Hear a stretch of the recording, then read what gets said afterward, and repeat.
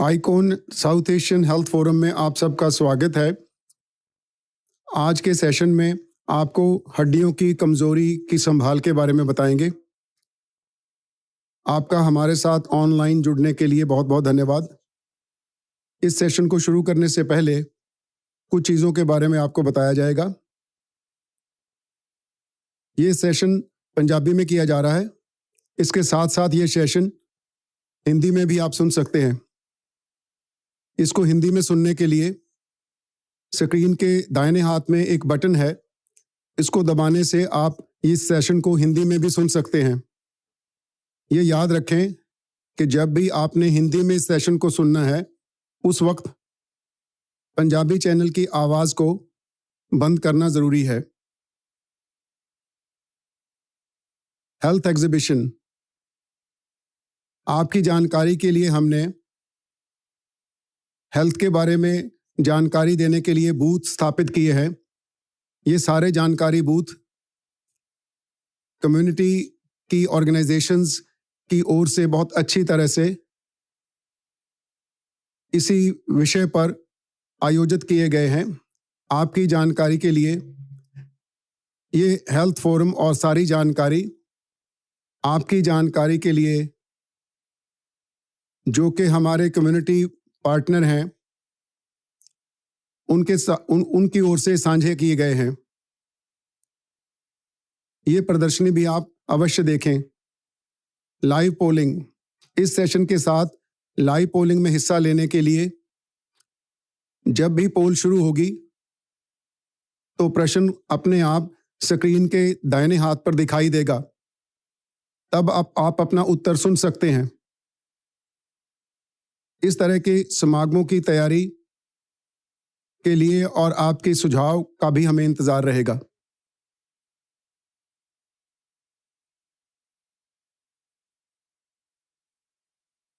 अभ्यास के लिए बढ़ती हुई उम्र के साथ साथ बीमारियां बढ़ने के भी ज्यादा अवसर होते हैं। अभ्यास के लिए उम्र के साथ जुड़ी हुई सेहत से संबंधित चिंताएं, जो भी सेहत के संबंधित चिंताएं हैं उनमें से किसी एक को आपने चुनना है। क्रोनिक डिजीज,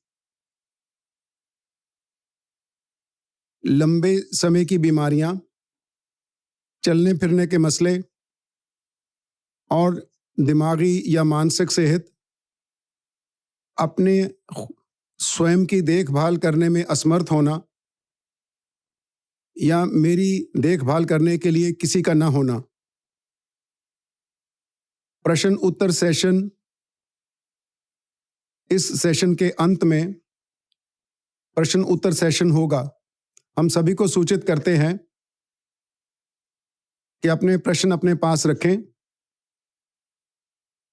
प्रश्न उत्तर बॉक्स का आप इस्तेमाल कर सकते हैं। इसके बाद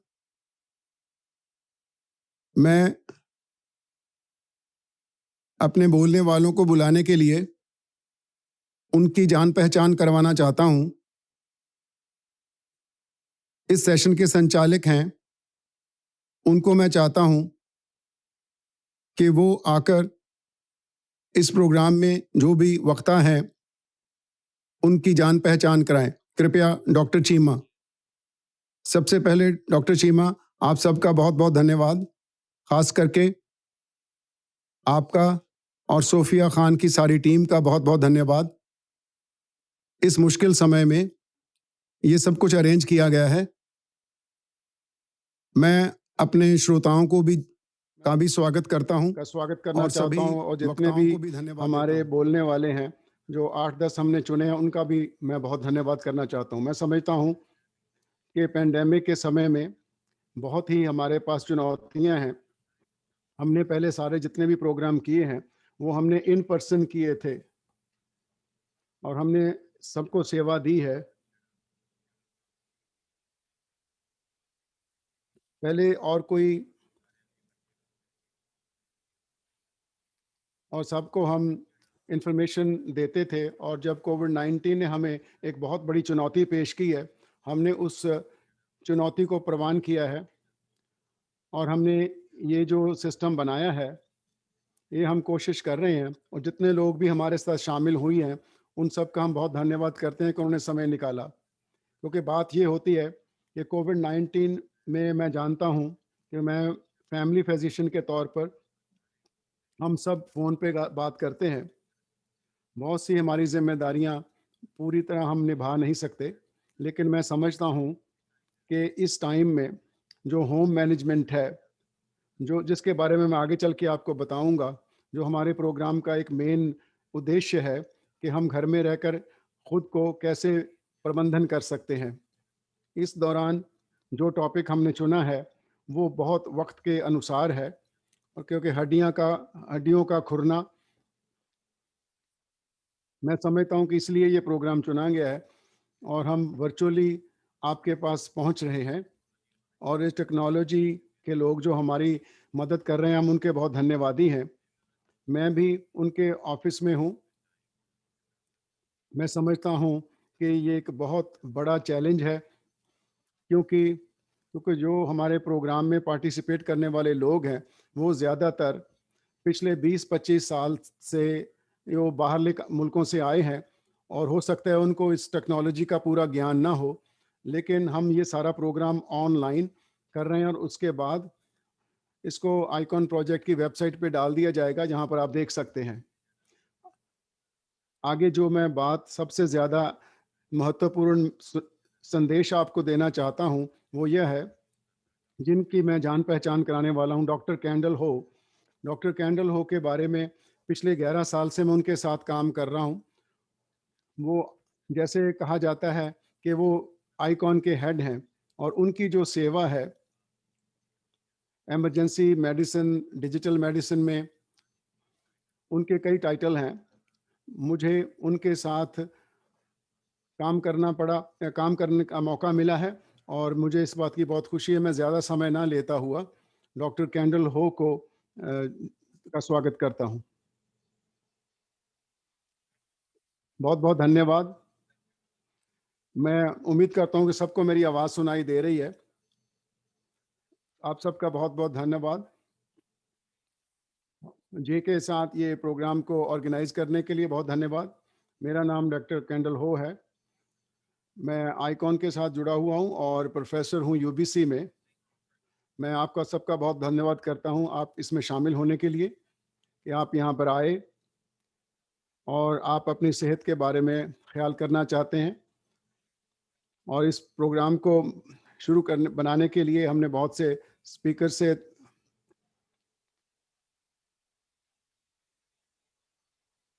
मुझे बहुत खुशी है कि हम ऐसे मिल रहे हैं। पिछली बार जब हम लोग एक पिछले साल हम लोग इसी तरह लाइव फोरम में इकट्ठे हुए थे।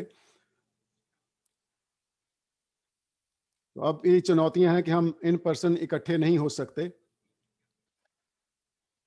लेकिन ये तरीका है कि हम इकट्ठे हो पाए हैं और एक दूसरे की मदद कर सकते हैं, आपकी मदद कर सकते हैं।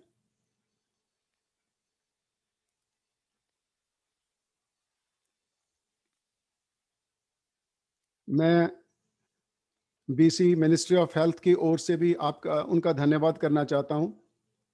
तो उन्होंने इस प्रोग्राम की मदद की है और इसमें डिजीज़ मैनेजमेंट के प्रोग्राम में। आज हमारे पास बहुत शानदार बोलने वाले हैं। डॉक्टर ची डॉक्टर चीमा को बहुत अनुभव है और उनकी विशेषज्ञता का हम लाभ उठाते हैं। ऑस्टियोपोरोसिस के बारे में बात होगी और हम उसका कैसे हमने हल करना है। एक हमारे न्यूट्रिशनिस्ट हैं जो बहुत साल से हमारे साथ काम कर रहे हैं, वो हमारे साथ न्यूट्रिशन के बारे में बताएँगे। और गुरदीप चक्रवाल, वो कसरत की महत्ता के बारे में आपको बताएँगे और उससे हम कैसे मुकाबला कर सकते हैं ओस्टियोपोरोसिस का।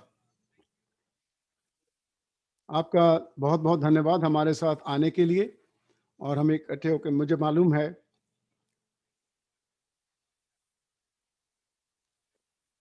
हम अपने एक्सपर्ट्स के ज़रिए से सारी जानकारी प्राप्त करेंगे। उससे करने से पहले मैं आपके लिए, आपकी अच्छी सेहत के लिए कामना करता हूं और आपका धन्यवाद करता हूं। हम आपकी मदद करना चाहते हैं जितनी हमसे ज़्यादा से ज़्यादा हो सके। बहुत बहुत धन्यवाद। बहुत बहुत धन्यवाद डॉक्टर कैंडल हो। आपका बहुत विलक्षण आपने सेवाएं दी हैं। इससे पहले कि मैं इस प्रोग्राम को हम आगे शुरू करें, तो minister of labour MLA from सरी, उनका मैसेज हम प्ले कर रहे हैं। कृपया उनका मैसेज प्ले करें। मैं minister of labour MLA Harry Bains बोल रहा हूं। मैं इन पर्सन तो आपके साथ शामिल नहीं हो पाया।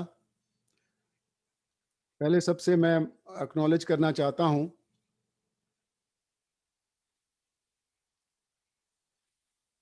फिर मैं इन सारे प्रोग्राम के ऑर्गेनाइजर्स को बधाई देता हूं। इन बीमारियों के चिन्ह, इनों के खतरे, इनके इलाजों के बारे में आप बता रहे हैं। उनकी अपनी भाषा में आप जानकारी दे रहे हैं। पिछला साल बहुत मुश्किल भरपूर रहा है हम सब के लिए, और हमने बहुत से सेहत चुनौतियों का भी सामना करना पड़ रहा है।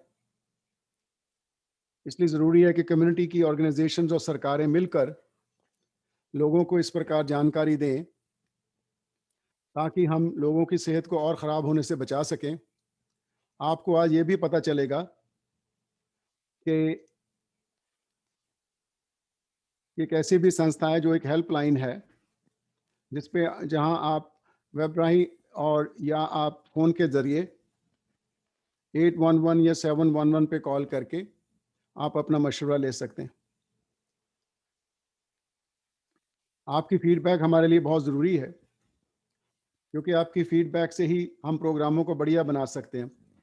मुझे आशा है कि आप अपने दोस्तों, मित्रों को ये जानकारी देंगे। मुझे उम्मीद है कि इस फोरम के ज़रिए बहुत से लोगों को आर्थराइटिस और ऑस्टियोपोरोसिस के बारे में जानकारी मिलेगी। इस प्रकार की इंफॉर्मेशन देना और लोगों को जानने का मौका देना अपने आप में एक बहुत ही प्रशंसनीय बात है। मैं कम्युनिटी मेंबर्स को आप एक बहुत अच्छी जानकारी देते हैं। आखिर में मैं आप सबका एक बार फिर धन्यवाद करता हूं। खास तौर पे कोविड-19 के मौके पर लोगों की सेहत का ध्यान रखते हुए आपने ऐसा फोरम लाए हैं। बहुत बहुत धन्यवाद। ये थे हमारे प्रांत के लेबर मिनिस्टर हैरी बैंस। हम उनका बहुत शुक्रिया अदा करते हैं। साथ ही मैं सबको ये भी याद कराना चाहता हूं कि जो हमारा प्रोग्राम है वो मिनिस्ट्री ऑफ हेल्थ ने माली मदद दी है। अगली बात जो मैं आपसे करना चाहता हूं कि ये प्रोग्राम हम क्यों करते हैं। जब से 10 साल से ये प्रोग्राम शुरू कीता है, इन प्रोग्रामों में हमने हमेशा ही बैठ के बात की है क्रोनिन डिजीज़ के प्रबंधन के बारे में, डायबिटीज़ के बारे में, किडनी प्रॉब्लम्स के बारे में, हाई ब्लड प्रेशर के बारे में, स्ट्रोक के बारे में, और हमने लोगों के बारे में जागरूकता पैदा की है। उससे बहुत ज़्यादा लाभ हुआ है। अब पिछले 1 साल से कोविड-19 के टाइम में बहुत मुश्किलात आई हैं और बहुत मुश्किलें आई हैं। इन मुश्किलों में हमने घरों में हम लोग बंद होकर रह गए हैं। बाहर नहीं जा सकते थे, बात नहीं कर सकते थे, आपकी कसरत नहीं हो सकती थी, डॉक्टर से आप नहीं मिल सकते थे। इसके अलावा आपकी मोबिलिटी का बहुत फ़र्क पड़ा। इसके साथ ये जो प्रोग्राम हमने इसलिए चुना है ओस्टियोपोरोसिस का, क्योंकि इसका संबंध बहुत महत्वपूर्ण है इस समय में, क्योंकि कई लोग जो अंदर बैठकर जो चल फिर नहीं सकते, बाहर नहीं जा सकते, उनकी जो मुश्किलें हैं और जो मोबिलिटी के जो इश्यूज़ हैं, हमारे शरीर का एक बहुत अहम हिस्सा है। जब हम बात करते हैं, चलते फिरते हैं, घर से बाहर जाते हैं, किसी को मिलते हैं, अपना काम करते हैं, वॉशरूम में जाते हैं, वो काम भी मोबिलिटी के बगैर नहीं हो सकता। मोबाइल रहना हमारे लिए बहुत ज़रूरी है। यह तकलीफ़ जो हमको ऑस्टियोपोरोसिस की हो जाती है, हमारे एक्सपर्ट्स आपके साथ शेयर करेंगे। उसका मकसद यही है कि जो हमारी हड्डियां हैं, उनका कमज़ोर होना, उनका पतला हो जाना या उनका घुटने लग जाना, कई कई प्रकार के शब्द प्रयोग किए जा सकते हैं। इंडिया या पाकिस्तान से बाहर के देशों से जो भी शब्द आप इसके लिए इस्तेमाल कर सकते हैं, जैसे हम कह सकते हैं कि हड्डियों की कमज़ोरी। हड्डियों की कमज़ोरी जब आती है, उसका एक ही तरीका है प्रेज़ेंट करने का, वो है कि जेकर आपकी हड्डी टूट गई, उसमें कोई क्रैक हो गया। वो क्यों होता है? वो इसलिए होता है, उसके साथ हमारा मोबिलिटी का बहुत बड़ा इश्यू हो जाता है। ये देखा गया है कि ये बहुत ही सभी स्टैटिस्टिक्स थे कि बीसी में 75% जो हड्डी टूटने के मामले होते हैं, वो सारे हड्डियों की कमज़ोरी की वजह से होते हैं। उसके बाद हमें अस्पताल जाना पड़ता है, दाखिल होना पड़ता है, बहुत और मुश्किलात आती हैं। ये सब चीज़ें एक-दूसरे से जुड़ी हुई हैं, जिसकी इंसान की हड्डी टूटती है, वो यही नहीं कि सिर्फ़ उसको ऑस्टियोपोरोसिस हो सकता है, उसको और भी मसले हो सकते हैं। इसलिए हेल्थ केयर पर हमारा बहुत असर पड़ता है, खर्चा बढ़ता है, डिसेबिलिटी पे असर पड़ता है। सो इसलिए याद रखें कि घर में जो व्यक्ति कमाता है, जिसने हमेशा ज़िंदगी में काम किया है, अगर वो अयोग्य हो जाता है, उसकी हड्डी टूट जाती है, 4 से 6 हफ़्ते वो कोई काम नहीं कर सकता और इन समस्याओं से मौत के कारण भी बनते हैं।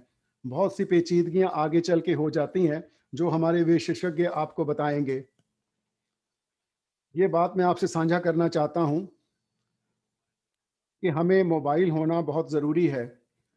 मसल्स को एक्टिव रखना, अपने जोड़ों को एक्टिव रखना, अपने खून के बहाव को एक्टिव रखना, ये सभी चीज़ें जब तक हम मोबाइल रहेंगे, उतनी देर तक ही हमारे शरीर में ठीक होने के चांसेस ज़्यादा होंगे। शुगर को मेंटेन करने के भी ज़्यादा चांसेस होंगे और ब्लड प्रेशर जिसकी वजह से कई पेचीदगियाँ हो जाती हैं, उसके लिए भी मोबिलिटी बहुत ज़रूरी है। इसी तरह क्लॉट बनने से रोकने के लिए और भी बहुत सी चीज़ें हैं जिस पे हमारे जिस्म पर प्रभाव पड़ता है। लेकिन ओस्टियोपोरोसिस के साथ मैं समझता हूँ इसका एक मेन हिस्सा है हमारी सेहत में और मैं आपका ज़्यादा समय नहीं लेना चाहता और जो अगले हमारे स्पीकर हैं, वो हैं डॉक्टर लीना जैन। डॉक्टर लीना जैन हमारे इस प्रोग्राम में पिछले 11 साल से हमारे साथ हैं। इन्होंने कभी भी कोई प्रोग्राम मिस नहीं किया, इसलिए हम इनके बहुत धन्यवादी हैं कि अपने पेशे में से जो सेवा देते हैं, उसके अलावा इस हमारे फ़ोरम कम्युनिटी फ़ोरम में आकर जो एज़ वॉलंटियर के तौर पे वो सेवा देते हैं, इसके लिए हम उनके बहुत धन्यवादी हैं। मैं चाहता हूँ कि वो अपने बारे में जानकारी खुद दें। लीना जैन, हम आपको यहाँ आने पे बहुत प्रसन्न हैं। बहुत-बहुत धन्यवाद। सबसे पहले तो सबको नमस्ते, सत श्री अकाल, जी आयँ नू। मेरी बहुत खुशकिस्मती है कि आप लोगों ने टाइम निकाला। मैं और हमारी टीम आपकी सेहत के लिए हम फ़िक्रमंद हैं और कोविड के टाइम में ख़ास तौर पे जब हम बाहर नहीं जा सकते, तो हम कुछ अहम मुद्दों पर बात करेंगे, जिनको आप घर पर बैठे हुए भी अपनी सेहत का ख़्याल कैसे रख सकते हैं। कैसे आप हड्डी टूटने से बच सकते हैं, गिरने से बच सकते हैं और सेहतमंद रह सकते हैं। हम सबको भगवान में बहुत भरोसा है। कहते हैं कि हिम्मत मर्दा मदद खुदा। अगर हम हिम्मत करते हैं तो भगवान भी हमारी मदद करता है। वैंकूवर में मैं जेरिट्रिशियन हूँ और मैं स्पेशलिस्ट हाँ जेरिट्रिशियन की। डॉक्टर कैंडल हो के साथ पूरी टीम के साथ आइकॉन के इवेंट्स हम कर रहे हैं। हमारी ये एसोसिएशन बहुत अच्छी रही है उनके साथ। हमारा आपस में तालमेल बहुत अच्छा रहा है और कुछ स्लाइड्स आपके साथ साझी कर रहे हैं। इससे हमको आपस में फ़ायदा होगा। ऑस्टियोपोरोसिस के बारे में बात करते हैं। ऑस्टियोपोरोसिस क्या होता है? ऑस्टियोपोरोसिस हम सरसरी तौर पे कहते हैं हड्डियों की कमज़ोरी है। इसको मैं अलग अलग करके बताती हूँ। ओस्टियो, ओस्टियो का अर्थ होता है हड्डियां, और पोरस कमजोरी का मतलब है पोरस, उसमें छेद हो जाना। ओस्टियोपोरोसिस इकट्ठा मिलकर हड्डियों की कमजोरी, कमजोर हो जाना, ये शब्द बनता है। इस कमजोरी के कारण जरा सी चोट भी हड्डी को तोड़ सकती है। इसमें हम दिखा रहे हैं, जो बाएं हाथ की जो हड्डी है वो एक नॉर्मल हड्डी है, जो ठोस लगती है, मोटी लगती है। जो सज्जे वाली हड्डी है उसमें कई मुसाम हैं। ये हड्डी ओस्टियोपोरोटिक है।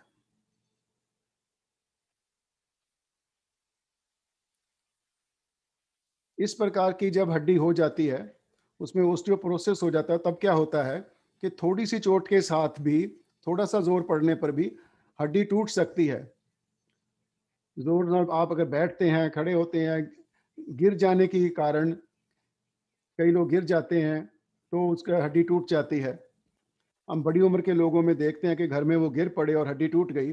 लेकिन ओस्टियोपोरोसिस में जब हड्डियां कमजोर हो जाती हैं तो थोड़ी सी चोट के साथ भी वो टूट सकती हैं।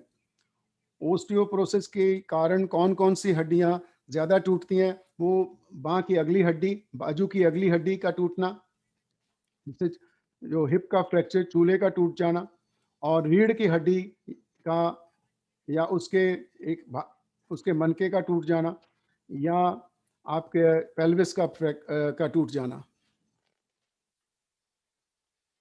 सबसे पहले मैं दिखाना चाहती हूँ कि बांह के अग्र भाग का कैसे टूटना कैसे होता है। ये एक्सरे में आप देख सकते हो, एक हाथ दिखाई दे रहा है, उसकी हड्डियां टूटी हुई हैं। ये ओस्टियोपोरोसिस के कारण, हड्डियों की कमजोरी के कारण, इस प्रकार थोड़ा सा गिरने पर भी हड्डी टूट सकती है।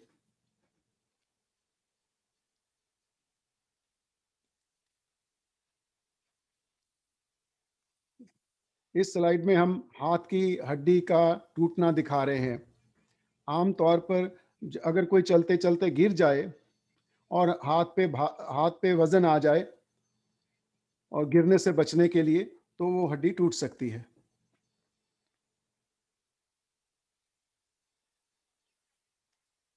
ये स्लाइड भी बहुत ज़रूरी है। इसमें आपके हिप का टूटना, आपकी बाँ, आपका बाजू टूट जाए या आपकी कलाई टूट जाए, तो बायां हाथ हम कम इस्तेमाल करते हैं, हम गुजारा कर सकते हैं, लेकिन दायां हाथ टूट जाए तो ज़्यादा मुश्किल होती है।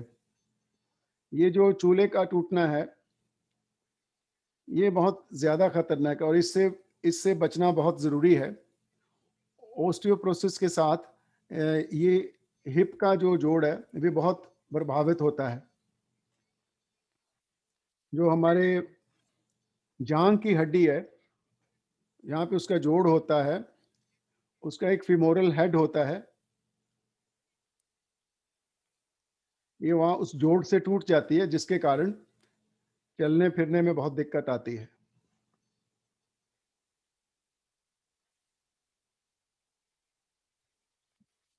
यहाँ पर मैंने ये दिखाने की कोशिश की है कि रीढ़ की हड्डी जब टूटती है तो कुब निकल जाता है, कुबड़ा हो जाता है। हम सोचते हैं कि बड़ी उम्र होगी, कुबड़े तो होना ही है। ये होना ज़रूरी नहीं है। अगर आप इस स्लाइड को देखेंगे,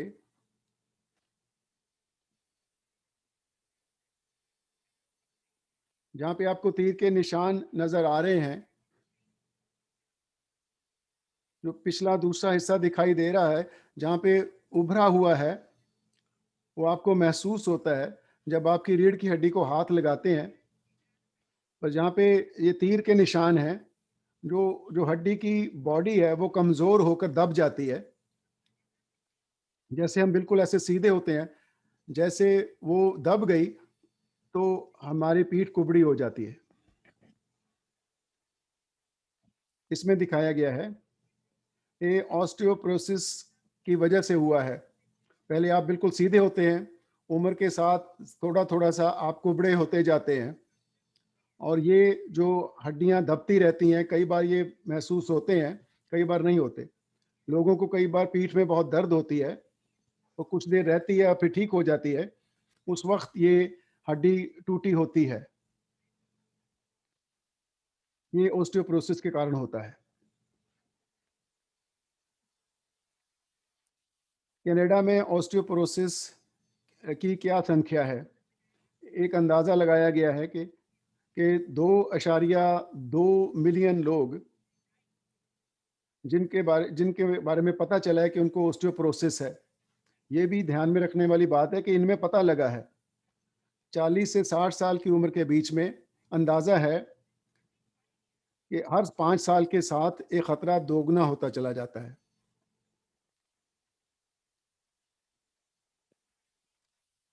कम से कम 3 में से 1 औरत को और 5 पुरुषों में से 1 पुरुष को ऑस्टियोपोरोसिस के साथ हड्डी टूटने का जीवन में एक बार ज़रूर हो जाता है। इतना ज़्यादा ये होता है। 50 साल की उम्र के बाद 80% फ्रैक्चर्स लोगों को ऑस्टियोपोरोसिस के कारण होते हैं, इसीलिए ये बहुत गंभीर बीमारी है। इसके बारे में जानकारी हासिल करना बहुत ज़रूरी है।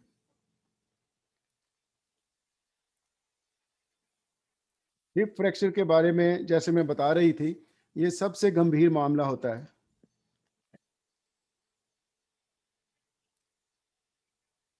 ये क्यों इतना ज़रूरी है इसके बारे में जानना, क्योंकि जो हिप फ्रैक्चर है, वो हमारे जीवन को बहुत प्रभावित करता है।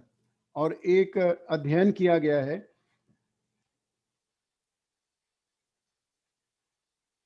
कि अगर किसी को एक फ्रैक्चर हुआ तो उसको दूसरी बार हड्डी टूटने की 50% उनको संभावना बढ़ जाती है, और 40% लोग चल नहीं सकते, और 60% लोगों को अपने जीवन में बदलाव करने पड़ते हैं। वो किसी चीज़ पर निर्भर हो सकते हैं चलने के लिए, और 33% लोगों को नर्सिंग होम में दाखिल होना पड़ता है और वो आत्मनिर्भर नहीं रह पाते। इकल्ले इस हड्डी के टूटने की वजह से लोगों की मौत भी हो जाती है, 25% लोगों की मौत भी हो सकती है। हम सोचते हैं कि ऑस्टियोपोरोसिस औरतों और आदमियों दोनों में होता है, या सिर्फ औरतों को ही इसके बारे में चिंता करनी चाहिए? दोनों को होता है। औरतों में माहवारी बंद होने के बाद अगर हम औरतों और पुरुषों का मुकाबला करते हैं, तो औरतों में हड्डी टूटने का खतरा ज़्यादा होता है। जो बाजू की हड्डी टूटने का खतरा जो है, औरतों में 3 गुना ज़्यादा होता है। हिप फ्रैक्चर होने का खतरा 2 गुना ज़्यादा स्त्रियों को होता है पुरुषों के मुकाबले।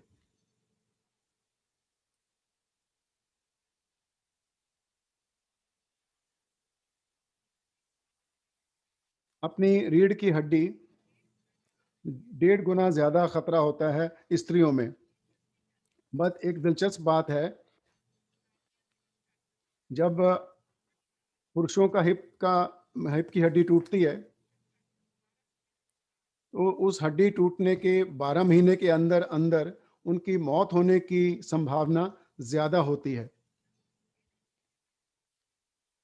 इसमें खतरे के कारण क्या हो सकते हैं?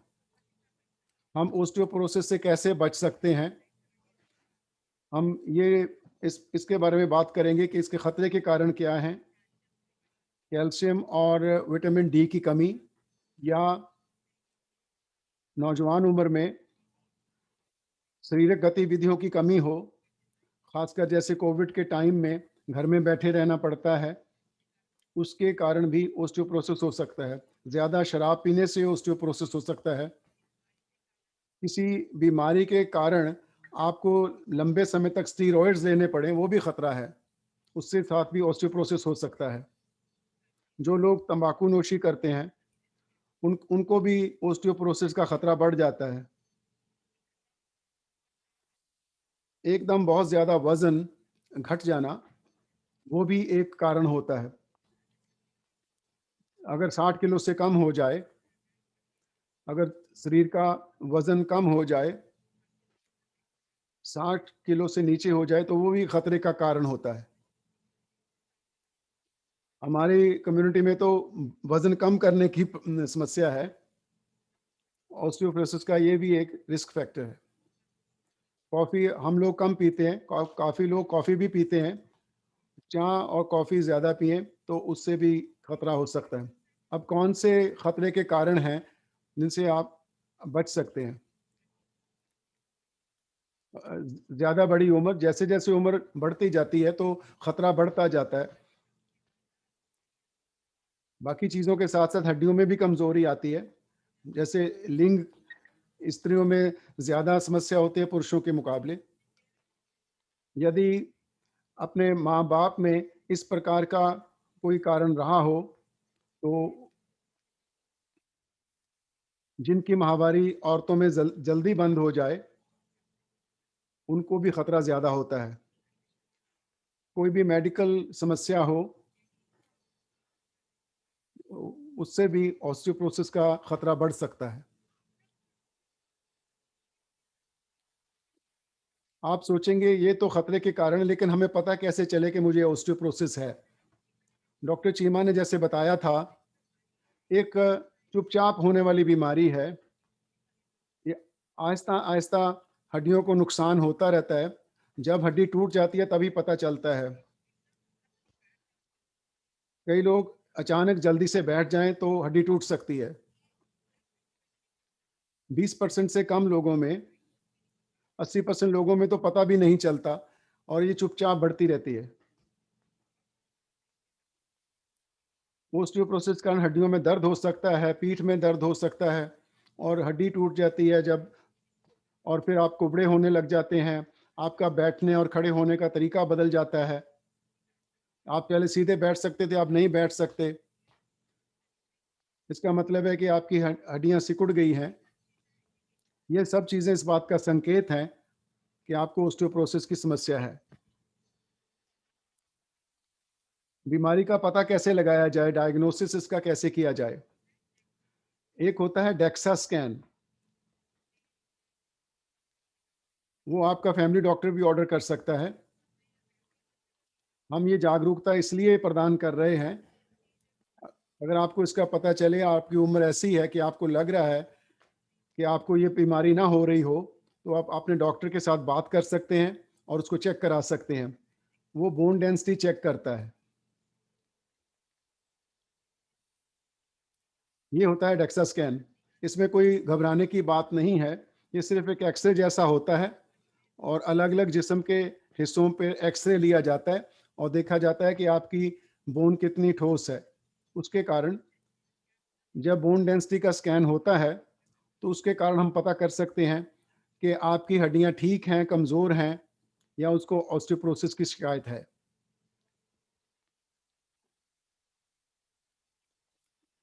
ये बहुत-बहुत ज़रूरी है, बहुत ही ज़्यादा ज़रूरी है, मैं इससे ज़्यादा ज़ोर नहीं दे सकती कि आप अपने डॉक्टर से कहें कि आप मेरी हड्डियों का स्कैन कराएँ, क्योंकि जब भी आप अपने डॉक्टर से बात करते हैं, तो और भी बहुत सी बीमारियाँ होती हैं, कोई और तकलीफ़ें होती हैं, हड्डियों के बारे में हम भूल जाते हैं और कुछ की अलामतों के बारे में हमें पता नहीं चलता, ख़ास करके जब आप 65 साल की ऊपर की उम्र के हैं या स्त्रियों में माहवारी जब बंद हो जाती है, तो ये अपनी हड्डियों को चेक कराएँ और ख़तरे के कारणों का ध्यान रखें। अगर आपको कभी हड्डी आपकी टूट चुकी है, तो आपको देखना चाहिए कि ऑस्टियोपोरोसिस तो नहीं है, तो आगे हो सकता है, क्योंकि 50% से ज़्यादा लोगों को इसी तरह से होता है। हम कैसे बच सकते हैं ऑस्टियोपोरोसिस की वजह से हड्डियों के टूटने से? इसके मैं ये दिखाना चाहती हूँ, एक ग्राफ है, जो नीला वाला ग्राफ है, वो पुरुषों के लिए है और लाल वाला ग्राफ जो है स्त्रियों के लिए है। बचपन से ये दिखा रहा है, ग्राफ के ऊपर वाले हिस्से में हड्डियों का बोन मास और नीचे में वो उम्र दिखा रहा है। पहले आप देखें 30 साल की उम्र तक सबसे ज़्यादा हमारी बोन ठोस होती है, हमारी हड्डी। 30-40 साल की उम्र के बाद फिर उसमें कमी आनी शुरू हो जाती है। इसलिए ये बहुत ज़रूरी है कि इसकी रोकथाम हम छोटी उम्र में ही करें। 30 साल से जब ग्रोथ ज़्यादा हो रही है, तो सबसे ज़्यादा 30, 35, 40 साल के बाद हमारी हड्डियाँ नहीं बढ़ती और नीचे को जाती हैं। और औरतों में ये माहवारी के कारण और भी नीचे जाती है। इसलिए ये नहीं है कि बड़ी उम्र में ही हड्डियों का ध्यान रखना है, क्योंकि उसके बाद उसमें कमी ही आनी है।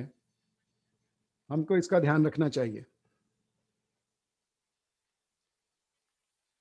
इसकी रोकथाम के लिए क्या करना चाहिए? एक तो कैल्शियम और विटामिन डी की हमारे पास मुनासिब पूर्ति होनी चाहिए। वो प्रीति सूरी डाइटिशियन है, वो हमें बताएंगे कि क्या चीज़ हम आपने खानी है, किस चीज़ में ये चीज़ें होती हैं। और लेकिन मैं बता रही हूँ कि 800 इंटरनेशनल यूनिट विटामिन डी और 1200 मिलीग्राम कैल्शियम आपको लेने की ज़रूरत है, क्योंकि वैंकूवर में यहाँ पे धूप नहीं होती, ज़्यादा हम अंदर रहते हैं, कोविड के कारण भी हम अंदर बैठे रहते हैं। खास करके इन दिनों में विटामिन डी की जो ज़रूरत है वो बढ़ जाती है, तो ज़्यादा से ज़्यादा 2000 इंटरनेशनल यूनिट तक भी लिया जा सकता है। शराब और तंबाकू नोशी से बचना चाहिए, इनसे दूर रहना चाहिए। इसके अलावा बाकायदा कसरत करना बहुत बहुत ज़रूरी है। किसी भी उम्र में कसरत करना बहुत ज़रूरी है। बड़ी उम्र में भी ये देखा गया है कि हड्डियों का कमज़ोर होना हम कम कर सकते हैं यदि हम कसरत करें। जिनको कोई खतरा है ऑस्टियोआर्थ्राइटिस के कारण हड्डी टूटने का, उनको बहुत ज़्यादा वज़न नहीं उठाना चाहिए और उनको रीढ़ की हड्डी को मरोड़ने वाली कसरतें नहीं करनी चाहिए। अपने डॉक्टर या अपने फिजियोथेरेपिस्ट के साथ बात करना चाहिए, ताकि कि कौन सी कसरतें आपको करनी चाहिए, कौन सी नहीं करनी चाहिए। इंटेंसिटी वाली कसरतें, टाई ची, उसमें कोई खतरा नहीं है। अपने आप को गिरने से बचाना बहुत ज़रूरी है।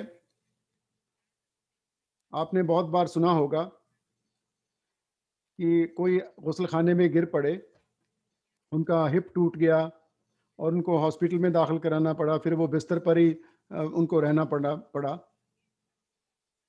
आगे हम जाके बताएंगे, फिजियोथेरेपिस्ट आपको बताएंगे कि हम कैसे कर सकते हैं।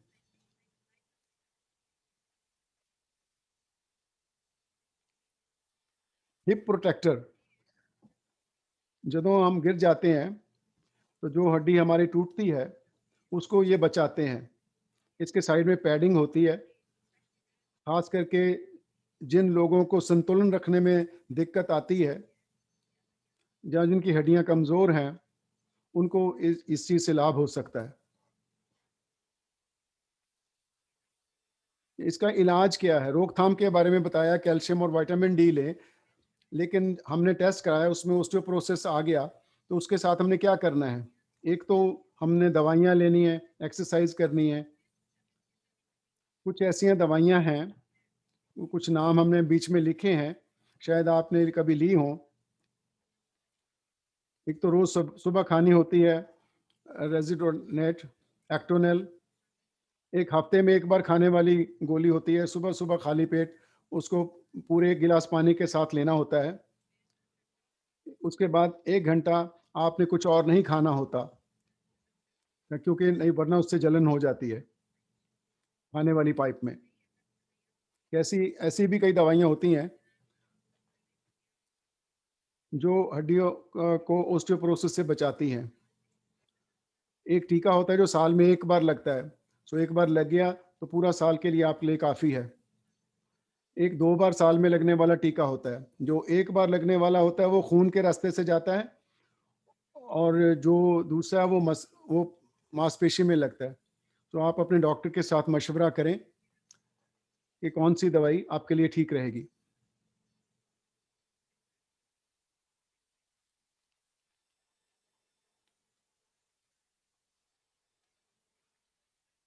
कुछ लोग पूछते हैं कि इसका कोई और इलाज नहीं हो सकता? जिनको बहुत ज़्यादा हड्डियाँ जिनकी टूटती हैं, रीढ़ की हड्डी में दब गई हैं, उनकी एक छोटा सा ऑपरेशन होता है जिसमें हड्डी में सीमेंट डाल देते हैं और उसको ठीक करने की कोशिश करते हैं। जब अध्ययन कर कर देखा गया तो हड्डियाँ जो कमज़ोर हैं वो तो इसके साथ मजबूत नहीं हो सकती, लेकिन उनको आर्ज़ी तौर पे पैचअप कर सकते हैं। लेकिन हम तरजीह देते हैं कि आप हड्डी के टूटने से बचें, अपने आप को मजबूत बनाएं।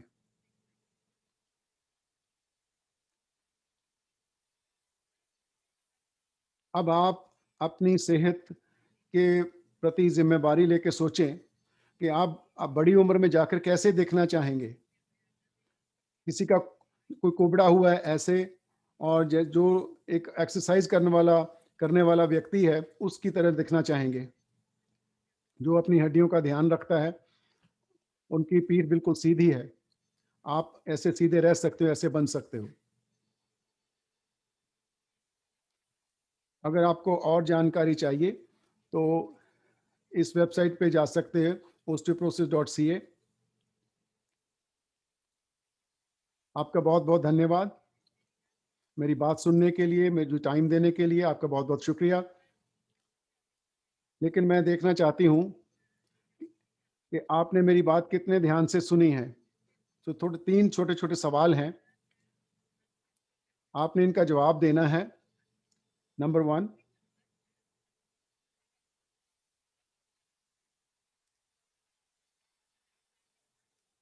कौन सी उम्र में हमारा बोन मास सबसे ज़्यादा, 10 से 15 साल की उम्र में, 20 से 30 साल की उम्र में, 50 से 65 साल की उम्र में, या 75 साल से ज़्यादा की उम्र में? आपने इनमें से एक उत्तर देना है।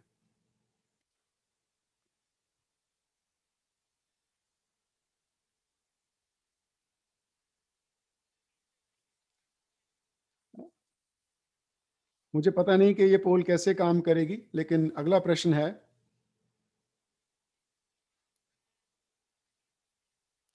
अगर आपकी उम्र ज़्यादा है और आप ओस्टियोपोरोसिस से बचना चाहते हो, तो आपको सही मात्रा में कैल्शियम और विटामिन डी और शराब पीना बंद करना पड़ेगा, बाकायदा कसरत करनी पड़ेगी, अपने डॉक्टर के साथ बोन डेंसिटी और स्कैन के बारे में।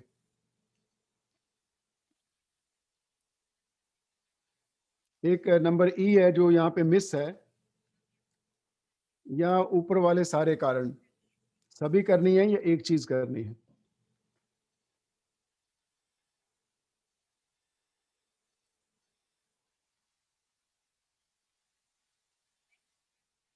अगला प्रश्न है, क्या बड़ी उम्र में कुबड़ा हो जाना साधारण बात है, लाजमी है, कि इससे बचा जा सकता है? पहला प्रश्न है हाँ, नहीं, या शायद हो सकता है। ये 3 सवाल इनके प्रश्न बताएंगे कि आपको ओस्टियोपोरोसिस के बारे में कुछ मदद मिली। इसके बावजूद भी आपके जो भी प्रश्न हो वो डिस्कशन के टाइम में आपका आंसर करेंगे। आपका बहुत बहुत धन्यवाद। डॉक्टर जैन, बहुत बहुत धन्यवाद। ਤੁਹਾਡੀ प्रेजेंटेशन इतने खूबसूरत शब्दों में आपने बयान किया है। मैं समझता हूँ कि ये बहुत समय के अनुसार है, कोविड-19 के समय में इससे ज़्यादा अहम बात कोई नहीं है। बाकी बात ये है, जो हमारे प्रोग्राम सुनने वाले हैं, वो टेस्ट कराना वो बहुत ज़रूरी है। वो उनकी डेंसिटी का टेस्ट करवाना, मैं सबको ये बताना चाहता हूँ कि आपका फैमिली डॉक्टर फार्म भरकर आपका ये टेस्ट करा सकते हैं। ज़्यादा हम बात ना करें, अगर कोई आपके प्रश्न हैं तो आपके प्रश्न भी आप साथ साथ देते जाएं।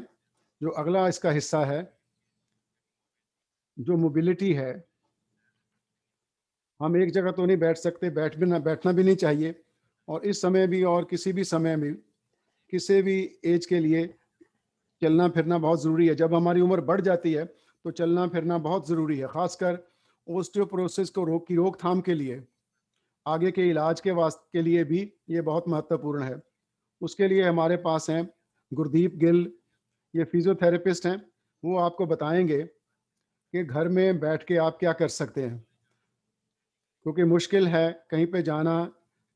कौन कौन सी गतिविधियां हैं जो आप करके घर में आप अपने आप को बचा सकते हैं।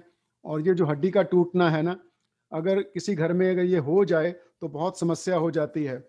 और उन समस्याओं को दूर करने के लिए एक साधारण तरीके के साथ आपने कैसे कसरत करनी है, ये गुरदीप को मैं कहूँगा कि वो आपको बताएं। इनकी बात बहुत ध्यान से सुने। धन्यवाद। डॉक्टर चीमा, बहुत बहुत धन्यवाद। सबको नमस्ते, सत श्री अकाल, सलाम अलैकुम।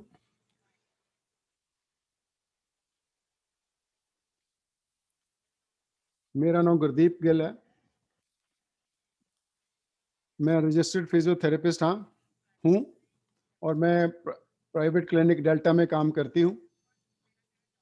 अब मेरा जो टॉपिक है वो है गिरने गिरने की रोकथाम।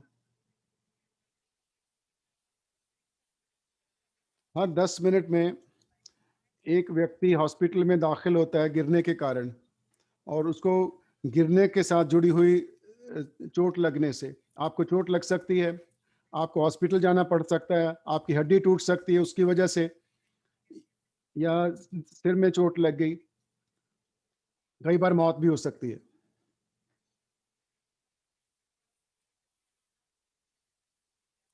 जो एक बार जो गिरा है उसके संभावना होती है कि दोबारा भी गिर सकता है। तो इसलिए होता है कि आप जब गिरते हैं तो आप डर जाते हैं, आपका आत्मविश्वास कम हो जाता है कि आप दोबारा भी गिर सकते हैं, जो आपकी चलने फिरने की समर्थ है वो भी कम हो जाती है। उसके कारण फिर क्या होता है कि जो हमारे मांसपेशियां हैं वो कमज़ोर हो जाती हैं। जब जो आगे वाली मांसपेशियां हैं, जो पिछले वाली मांसपेशियां हैं, जो बैलेंस करके हमारे जिस शरीर को चलने फिरने के काबिल बनाती हैं, वो भी ख़राब हो जाती हैं। जब आप खड़े होते हैं तो कई बार आप प्रॉपर बैलेंस नहीं रख सकते और आप गिर सकते हैं। इसीलिए सारा एक साइकिल है जिसको तोड़ना बहुत ज़रूरी है।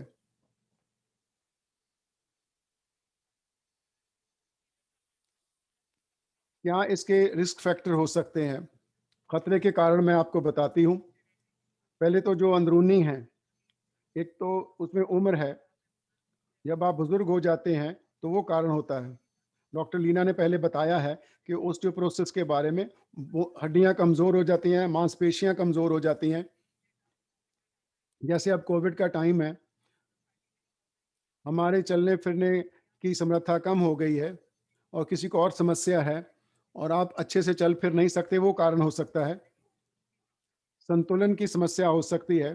कई बार ऐसी बीमारियां होती हैं जिसके कारण जो शरीर की मांसपेशियां सही से काम नहीं करती और संतुलन की समस्या होती है। जब आप चलते हैं तो आपको भी हड्डी टूट गई, कोई ऐसा भी कारण हो सकता है।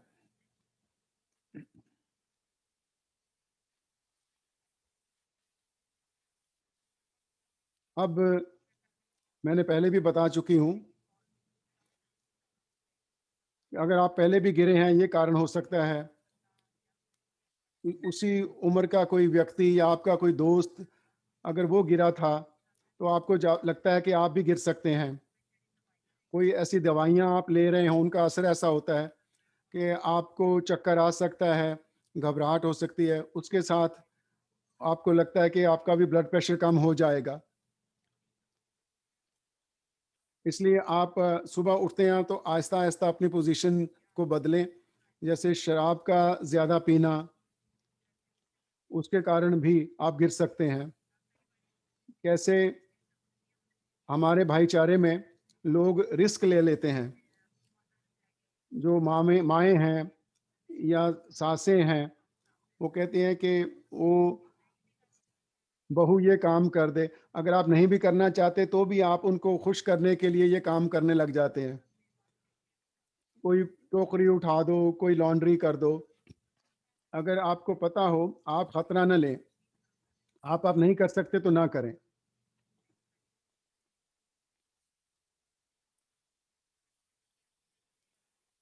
अगर आप एक्सरसाइज नहीं करते तो वो भी एक कारण हो सकता है। आपके अगर जूते ठीक नहीं हैं तो वो भी हो सकता है। बाहर अगर फिसलन है तो मौसम के मुताबिक आपको जूते पहनने चाहिए। आपकी जो माएँ हैं या जो बड़ी उम्र की लोग हैं, जो स्त्रियाँ हैं, उनके जो कपड़े हैं, उनकी सलवार कमीज़ वगैरह, उनका जो वो फँस सकती है, वो प्रॉपर्ली बाँधी होनी चाहिए। चप्पल उसमें उसमें भी फँस सकती है।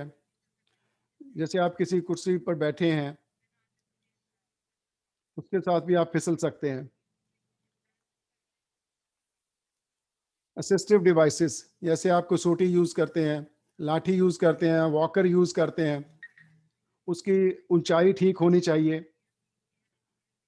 कई बार हम केयर एंड शेयर में विश्वास करते हैं, किसी दूसरे का ले लेते हैं, लेकिन ये पक्का हो कि वो आपके लिए सही हो। हर किसी के लिए अलग-अलग ऊँचाई हो सकती है। कई बार उसके कारण भी अगर वो सही नहीं है, अगर उसके रख-रखाव ठीक नहीं है तो आप गिर सकते हैं। प्रॉपर खाना, वो भी बहुत ज़रूरी होता है। कई बार आपका पोषण ठीक नहीं है, तो उसके कारण भी आप गिर सकते हैं।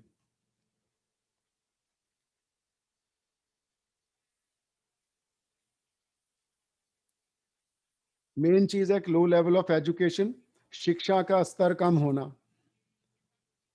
कैसे आप बचा कर सकते हैं? अब इसीलिए हम आज हिंदी और पंजाबी में इस प्रोग्राम को कर रहे हैं ताकि आपको पता चले कि कौन-सी चीज़ें उपलब्ध हैं और आप क्या कर सकते हैं। कई बार जो सोशल नेटवर्क है, आपके फ्रेंड्स की हेल्प आपको नहीं होती, आप अकेले रहते हैं और या आप उनका खर्चा बर्दाश्त नहीं कर सकते। तो बहुत सारे ऐसे स्रोत जो उपलब्ध हैं, जो सरकार हमें दे सकती है, ताकि घर में हम कुछ बदलाव भी कर सकते हैं ताकि हम बच सकें।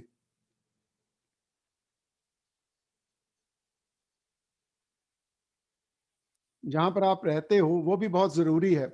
यदि आप घर में रहते हैं, तो घर के हालात कैसे हैं? वो आपकी सीढ़ियाँ कैसी हैं? वहाँ पे सही रोशनी है कि नहीं? अगर आप कॉन्डो में रहते हैं, तो ये भी होना चाहिए। उसमें कोई कोई चीज़ ख़राब ना हो, रोशनी होनी चाहिए। अगर आपको कोई समस्या है, अगर आप अपनी ऐनक साथ रखें, अगर ऐनक पहनते हैं तो।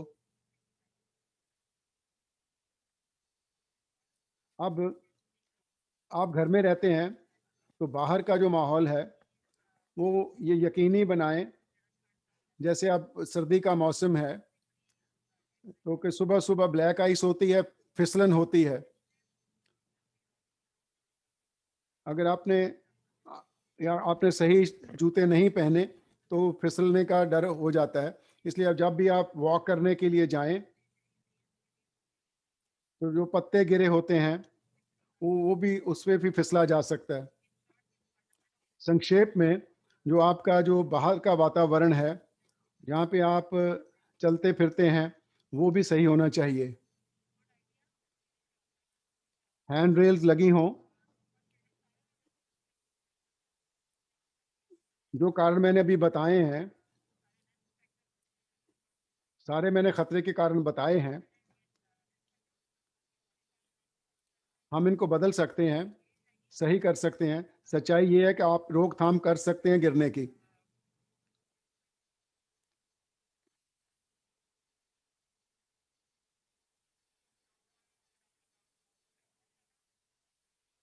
अब एक पोल होगी, मैं मजबूत हूँ और लोग गिर सकते हैं, मैं नहीं। सही है या गलत है? क्योंकि मैं गिर सकता नहीं, दूसरे गिर सकते हैं, मैं नहीं गिर सकता। मैं मजबूत हूँ। ये बात सही है या गलत है?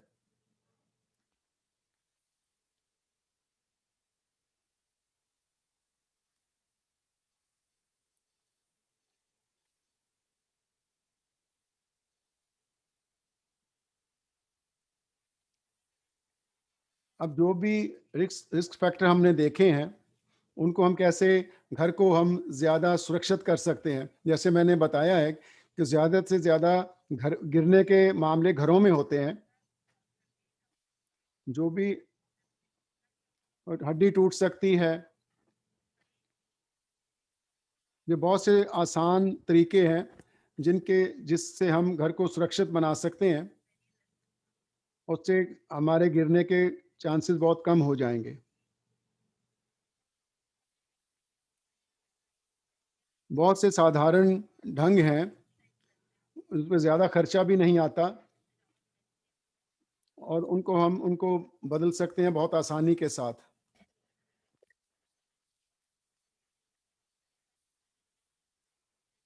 इसको मैंने 2 हिस्सों में बाँटा है। घर की साधारण सुरक्षा, गुस्लखाने की सुरक्षा कैसे कर सकते हैं, और जो बाहर की जो सुरक्षा है, उसमें वातावरण और जलवायु भी आता है। हम कनाडा में रहते हैं, सर्दी के मौसम में ऐसा ज़्यादा हो सकता है गर्मियों के मुकाबले। अब अब जो साधारण घर की सुरक्षा है, उसमें आप यकीनी बनाएँ कि जहाँ पे आप चलते-फिरते हैं, अपने लिविंग रूम से किचन तक या बेडरूम से लिविंग रूम तक, ये सारा जो इलाका है, जितना भी उसको क्लियर साफ रख सकें उतना अच्छा है। आप ये तस्वीर देख सकते हैं,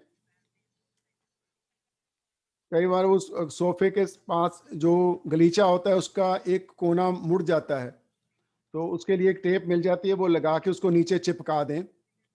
कई बार उसकी वजह से गिरने का खतरा बहुत ज़्यादा होता है। कोई ढीला कारपेट, खुला कारपेट नहीं होना चाहिए। जैसे गर्मियों में पंखे वगैरह लगाते हैं, एसी वगैरह लगाते हैं या हीटर लगाते हैं, उनकी जो तारें होती हैं, वो अच्छे से लगी हों। अगर खुद नहीं कर सकते तो किसी की मदद लें, उसको टेप करें, उसको छुपा दें। अगर आप तुरने चलने के लिए केन या वॉकर का इस्तेमाल करते हैं, तो आपको दुगनी जगह चाहिए, ताकि आप केन भी इस्तेमाल कर रहे हैं, वॉकर भी इस्तेमाल कर रहे हैं, तो उससे आप फिसल भी सकते हैं।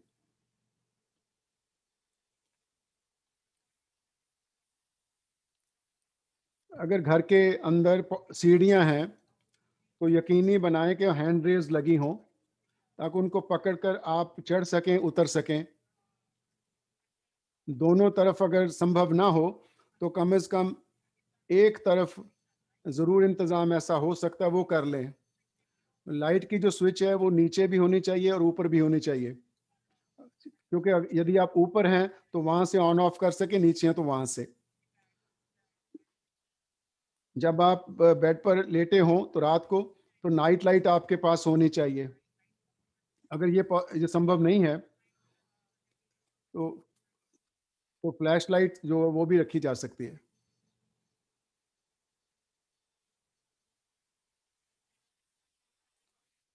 अगर कोई आपने के पास पालतू जानवर है, तो रात के समय तो आप उससे भी सिक्योर रहें। यकीनी बनाएं कि नाइट लैंप बहुत ज़रूरी है, कि रात को लाइट जलती रहे। फ़ोन जो होता है, वो आजकल हैंडसेट्स यूज़ करते हैं, यकीनी बनाएं कि आपके पास वो हो। एक हैंडसेट आप किचन पे रख सकते हैं, एक बाथरूम में रख सकते हैं, एक बेडरूम में रख सकते हैं, एक लिविंग रूम में रख सकते हैं। कई बार क्या होता है कि आपको जल्दी होती है, कोई फ़ोन आ जाता है, आपकी लड़की का है या आपके बेटे का है, आपके साथ वो बात करना चाहते हैं, लेकिन यकीनी बनाएं कि भाग कर ना जाएं। कई बार देखा गया है कि लोग देखते नहीं कि कोई तार है या कुछ है, बाथरूम में तो आप फिसल सकते हैं।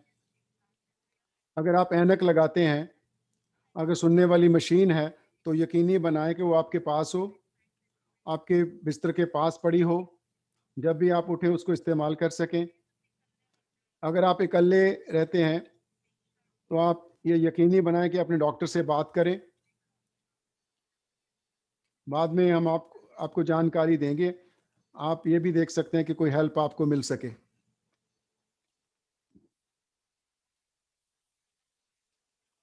जो बाथरूम है, वो बड़ी खतरनाक हो सकता है अगर वहाँ पे कोई फिसल जाए, उसको देखना बहुत ज़रूरी है।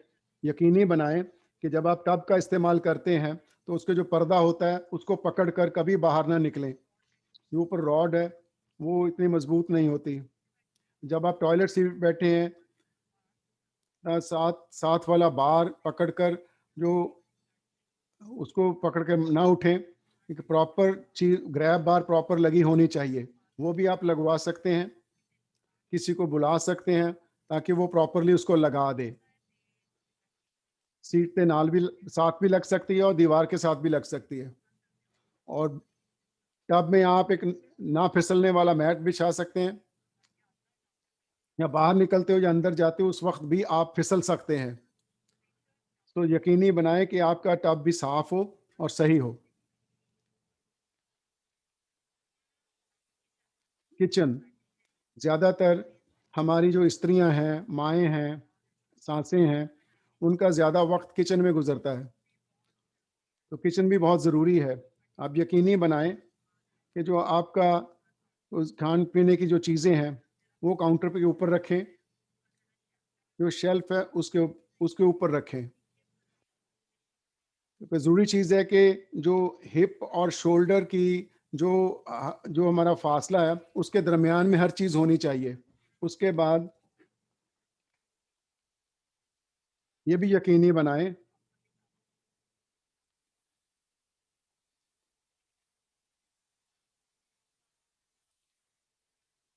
मैं पहले ही बताया है कि कोई चीज़ गिर जाए तो उसको फ़ौरन साफ़ करें।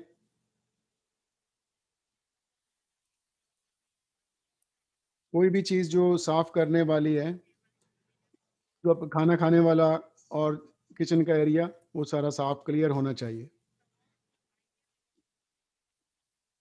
जेब मैं अगर मैं घर पे रहूं तो मैं गिरने से बच सकता हूं या बच सकती हूं, ये सही है या गलत है? ये एक सवाल है जिसका उत्तर देना है आपको।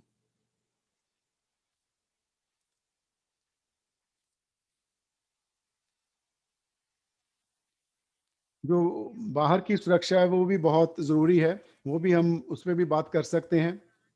जो अगर आप घर में कोई बदलाव करना चाहते हैं तो आप एक ऑक्यूपेशनल थेरेपिस्ट को अपना घर दिखा सकते हैं, वो अच्छी तरह से देख के आपको बता सकता है कि आपको क्या चाहिए।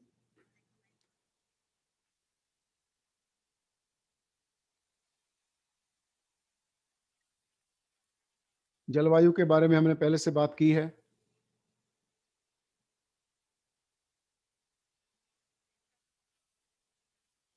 जो केन और वॉकर जो है, आप यकीन बनाएं उसकी ऊंचाई ठीक हो, उसका रख रखाव ठीक हो।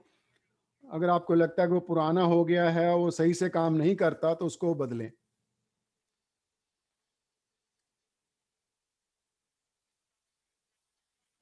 अगर आपको लगता है कि जो केन या वॉकर या व्हील चेयर वो प्रॉपर नहीं है, तो फिजियोथेरेपिस्ट या ऑक्यूपेशनल थेरेपिस्ट से उसका आप मूल्यांकन करा सकते हैं, वो उसको एडजस्ट करा सकते हैं उनसे।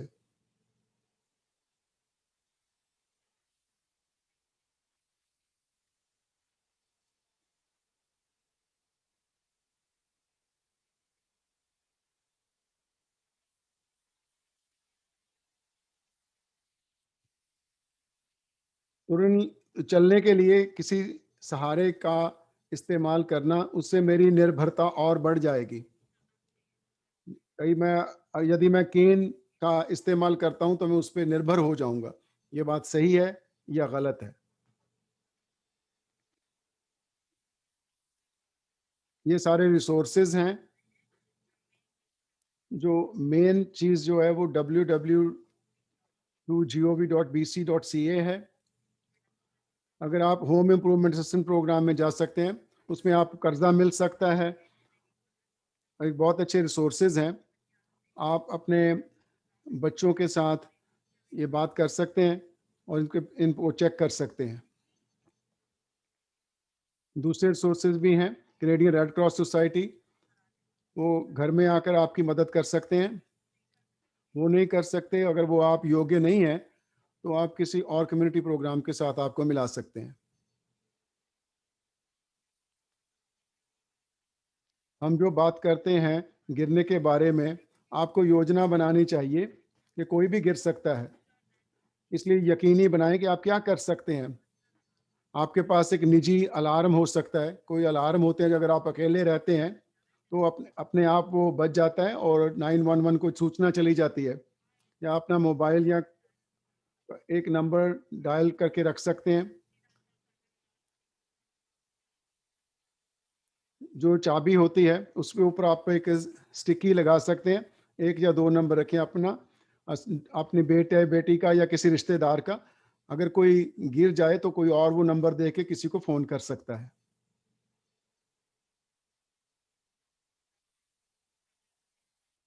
यदि आप बाग में जाते हैं, सैर करते हैं, आप उठ नहीं सकते, तो आप एक व्हिसल अपने पास रख सकते हैं, सीटी, या किसी पारिवारिक मेंबर को कह सकते हैं, खास करके कोविड-19 के टाइम में, कि वो कॉल करता रहे, आपको कॉल करता रहे, या आप उनको कॉल कर सकते हैं, या वो आपको वापस कॉल करके पता करता रहे। अगर यदि आप गिर गिर जाएँ तो आपने कैसे उठना है? आप जल्दी नहीं करनी, आहिस्ता-आहिस्ता एक साइड पे हो जाएँ। अगर यदि आप घर में गिरे हैं, तो आपको एकदम उठ के कोई किसी चीज़ को, फर्नीचर को पकड़कर आहिस्ता-आहिस्ता उठकर खड़े हो सकते हैं, या दीवार के सहारे भी कर सकते हैं। यदि आप बाग में हैं या किसी किसी कोई वहाँ पर कोई बेंच हो, उसके पास आप जा सकते हैं, उसकी मदद ले सकते हैं।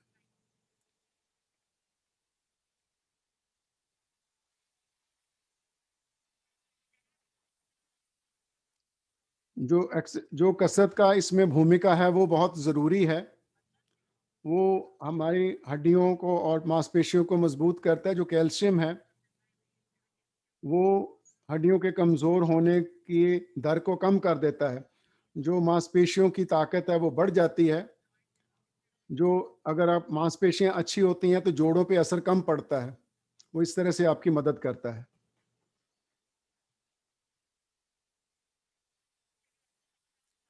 जो कसरत है वो सभी लोग कर सकते हैं, खासकर ओस्टियोपोरोसिस जब हो उस वक़्त।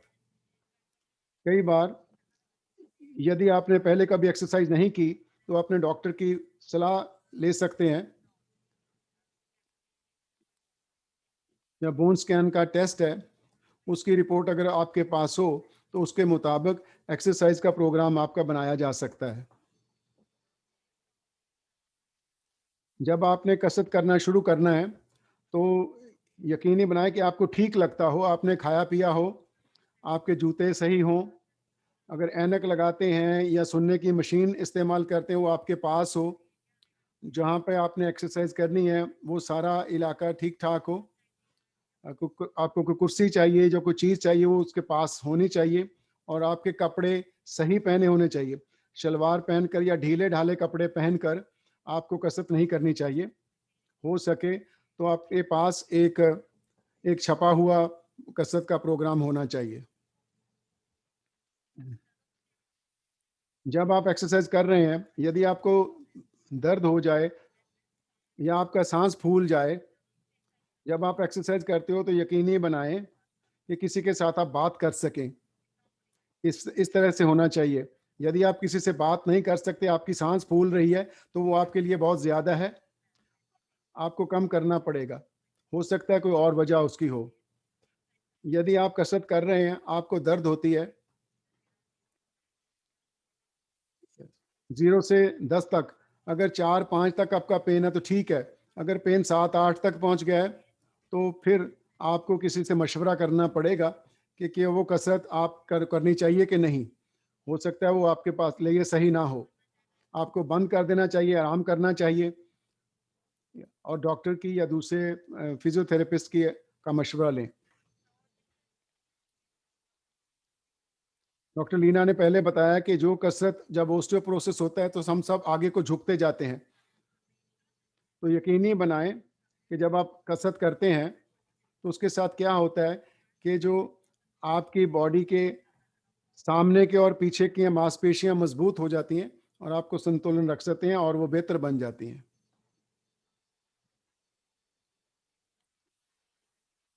मैं थोड़े से वीडियो लेकर आई हूँ, जो कसरतें आप घर में कर सकते हैं। ये जो कसरत है, ये बाजू के मांसपेशियों के लिए है। आपने डंबल्स इसमें इस्तेमाल कर सकते हैं। 8 से 10 एक्सरसाइजेज आप कर सकते हैं। ये बाजू के, ये जो कसरत है ये अंदर के मसल्स के लिए है। जो वेट उठाया गया है उसको डंबल कहते हैं। ये कंधों के लिए कसरत है। पैर की भी इसके साथ पैर की भी हो सकती है। ये जो कसरत है ये ये कंधों के पीछे के मांसपेशियों के लिए है। ये आगे वाले मांसपेशियों के लिए हो गई। ये जो कसरत है ये सारी आप 10 से 15 बार दोहरा सकते हैं। 1 2 3 ऐसे करके गिन सकते हैं आप। और फिर आपने 5 सेकंड के लिए होल्ड करना है और इसके आप 15 बार दोहरा सकते हैं। ये इलास्टिक बैंड के साथ एक्सरसाइज है। इलास्टिक बैंड ज़्यादा अच्छा होता है। ये अगर आपने नए करना शुरू किया है, अगर आपने अपनी बाजू मोड़ी है इस तरह से, अगर आपको यहाँ पे दर्द होती है तो आप खुद ही ज़्यादा उसको नहीं खींचेंगे। इस तरह की एक्सरसाइज वो घर में कर सकते हैं। ये बैंड जो है 5-10 वो सस्ते मिल जाते हैं। और जो वेट है वो जो 3 पाउंड के होने चाहिए। जो ज़्यादा वजन नहीं इस्तेमाल करना क्योंकि उससे हड्डी टूट सकती है। जब भी आप कसरत कर रहे हैं तो आप यकीन करें कि आपका बैंड बिल्कुल सीधा हो।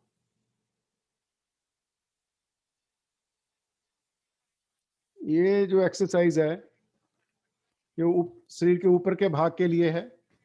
ये आगे के वीडियोस में जिस्म के निचले हिस्से की कसरतें भी हैं। आप इसमें कोई चिंता की बात नहीं, आप घर पे भी कर सकते हैं। ये जो कसरत है ये संतुलन के लिए है, बैलेंस के लिए। जो जो नीले रंग का चीज़ है वो फोम है। ये आपके पास नहीं है तो आप सराहना भी प्रयोग कर सकते हैं। लेकिन ध्यान रखें कि दीवार को पकड़ के आपने ये कसरत करनी है। जैसे काउंटर को पकड़ सकते हैं, ये बहुत ज़रूरी है। और जूते हमेशा पहने हों या बिल्कुल जुराबें पहन के नहीं करना, या नंगे पाँव या जूता पहन के करना है। जो आपके आम जुराबें हैं वो पहनकर आपने नहीं करना, ताकि उससे आप गिर सकते हैं। ये कुछ उदाहरणें थी, ज़रूरी नहीं कि सारी जो कसरतें आपके लिए सही हों। आप इस तरह के कोई प्रोग्राम बनाकर एक्सरसाइज कर सकते हैं। इलास्टिक बैंड है, वेट हैं, हर रोज़ आप वॉक कर सकते हैं, वो बहुत ज़रूरी है। 5 मिनट से आप शुरू करें, अगर आपने पहले कभी नहीं की, और बिल्कुल समतल जगह पे करें, आहिस्ता-आहिस्ता। फिर 5 मिनट से आप आगे बढ़ा सकते हैं। अगर आपको कोई दर्द हो या कोई अलामत हो तो उसका ध्यान रखें। कई बार इसको 4 से 6 हफ्ते लग सकते हैं। आप बाइक भी चला सकते हैं। कोविड की वजह से घरों के अंदर कसरत हो सकती है। आप ये, लेकिन उसका एक बाइक का बैक सपोर्ट होना चाहिए। आगे को झुक के करते हैं तो वो ज़्यादा हो जाता है।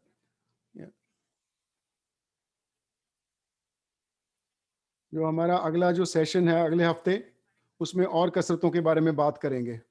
हम आपको बताएंगे कि आप और कैसे अच्छी एक्सरसाइजेज कर सकते हैं। आपका बहुत बहुत धन्यवाद। मुझे समय देने के लिए आईकॉन का धन्यवाद, और मुझे अपने भाईचारे की सेवा करने का अवसर देने के लिए धन्यवाद। बहुत बहुत धन्यवाद। टाइम थोड़ा सा ज़्यादा हो गया है। जो हमें संदेश मिल रहे हैं, जो मुख्य बात है वो ये है, जो मुख्य संदेश है हमारे भाईचारे के लिए, जो आप घर बना रहे हैं उन घरों के अंदर जो बूढ़े लोगों के लिए उनकी गतिविधियों का ध्यान रखना बड़ा ज़रूरी है। यदि कोई इस उद्योग के लोग देख रहे हैं तो उनके लिए भी संदेश है, ताकि घरों में उनकी गतिविधि भी ठीक रहे। जो अगला जो हमारे पास स्पीकर हैं वो प्रीति सूरी हैं। वो खुद ही अपनी जान पहचान कराएंगे। पिछले 10-11 साल से हमारे साथ हैं। हर तकलीफ में दवाई की भी अहमियत है, गतिविधि की भी महत्वता है, लेकिन खुराक के बगैर बात नहीं बनती। अगर हम सही खुराक नहीं खाते, हमें अगर पता नहीं कितना खाना है और उसको कैसे बदलना है, वो हमारे लिए बहुत महत्वपूर्ण है। तो प्रीति सूरी से आप बात सुने, वो आपको बताएँगे, ध्यान से बात सुनना। ये बातें डॉक्टर के ऑफ़िस में आपको पता नहीं चलेंगी। ये भाईचारे में एक प्रकार का एक बहुत बड़ा कॉन्सेप्ट है कि डॉक्टर ही कर सकता है, और डॉक्टर ही फिज़ियोथेरेपिस्ट, ऑक्यूपेशनल थेरेपिस्ट और डायटीशियन, इन सब का एक भूमिका होती है। प्रीति जी, आप अपने आप की जान पहचान कराएँ और अपनी क्वालिफ़िकेशन बताकर लोगों को समझाएँ। शुक्रिया डॉक्टर चीमा। सब श्रोताओं को मेरा सत श्री अकाल और प्यार भरा सत श्री अकाल। मेरा नाम प्रीति सूरी है और मैं एक रजिस्टर्ड डाइटिशियन हूँ। मैं यूनिवर्सिटी ਅਤੇ ਸਕੂਲ ਵਿੱਚ ਸਾਰੀ ਪੜ੍ਹਾਈ ਜਿਹੜੀ ਹੈ ਖਾਣੇ ਬਾਰੇ ਕੀਤੀ ਹੈ। ਸਾਰੇ ਮੈਨੂੰ ਇਹੋ ਹੀ ਪੁੱਛਦੇ ਨੇ ਕਿ 2 ਫੁਲਕੇ ਖਾਵਾਂ ਕਿ 1 ਫੁਲਕਾ ਖਾਵਾਂ। ਫੁਲਕੇ ਨਾਲੋਂ ਵੱਧ ਕੇ ਕਿੱਦਾਂ ਦਾ ਫੁਲਕਾ ਖਾਣਾ ਹੈ, ਕੀ ਰੋਟੀ ਖਾਣੀ ਚਾਹੀਦੀ ਹੈ, ਕੀ ਨਹੀਂ ਖਾਣਾ ਚਾਹੀਦਾ, ਇਹ ਮੇਰੀ ਸਾਰੀ ਪੜ੍ਹਾਈ ਇਸ ਬਾਰੇ ਹੈ। ਤੇ ਮੈਂ ਓਸਟੀਓਪੋਰੋਸਿਸ ਦੇ ਵਿੱਚ ਖਾਣੇ ਦਾ ਕੀ ਰੋਲ ਹੈ, ਆਪਣੇ ਤਾਂ ਕਿ ਆਪਣੀ ਹੱਡੀਆਂ ਨੂੰ ਸਿਹਤਮੰਦ ਰੱਖ ਸकें।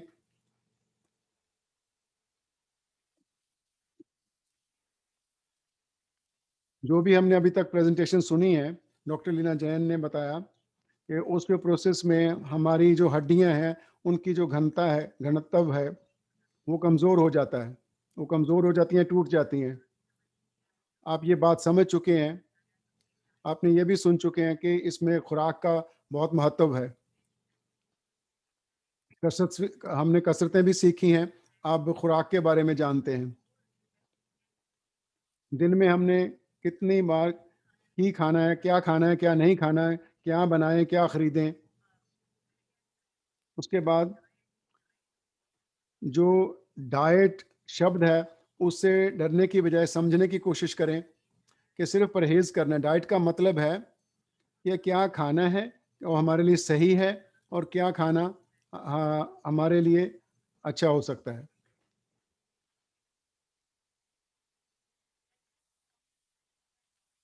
यहाँ पर जो स्लाइड मैंने दिखाई है, डॉक्टर लीना जैन ने जो स्लाइड दिखाई थी,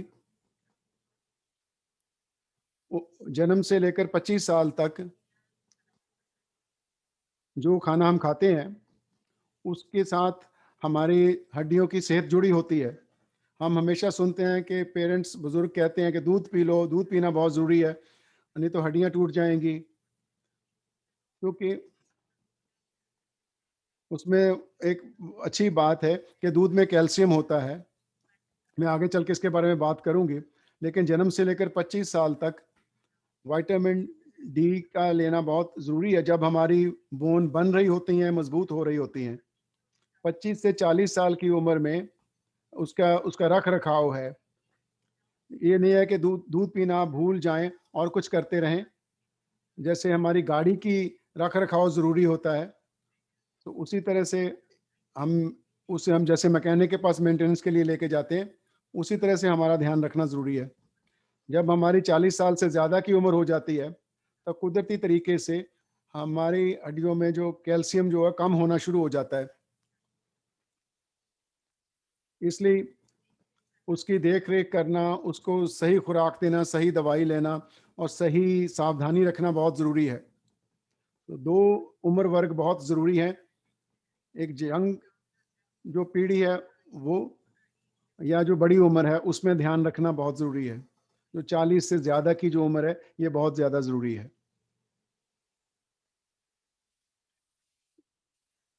कौन से खानों का असर हमारी हड्डियों पे ज़्यादा होता है? जो भी खाना आप खाते हैं, हर चीज़ का असर हमारी पूरी सेहत पे होता है। तो आज का सेशन हड्डियों के बारे में है। हम सिर्फ वो चीज़ों पे ध्यान केंद्रित करेंगे जो हड्डियों को मजबूत करने की में सक्षम है। कैल्शियम, विटामिन डी और प्रोटीन, ये हड्डियों की सेहत के लिए बहुत ज़रूरी हैं। कैल्शियम, विटामिन डी और प्रोटीन के बारे में बात करेंगे।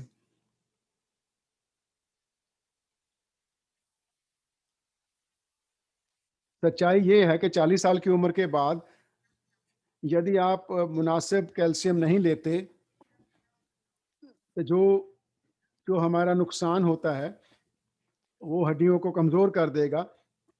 इसलिए लगातार उसको और कैल्शियम अच्छी क्वालिटी का लेना बहुत ज़रूरी होता है, ताकि जिस्म को वो मिले और वो हड्डियों को सप्लाई कर सके और हमारी हड्डियां जो है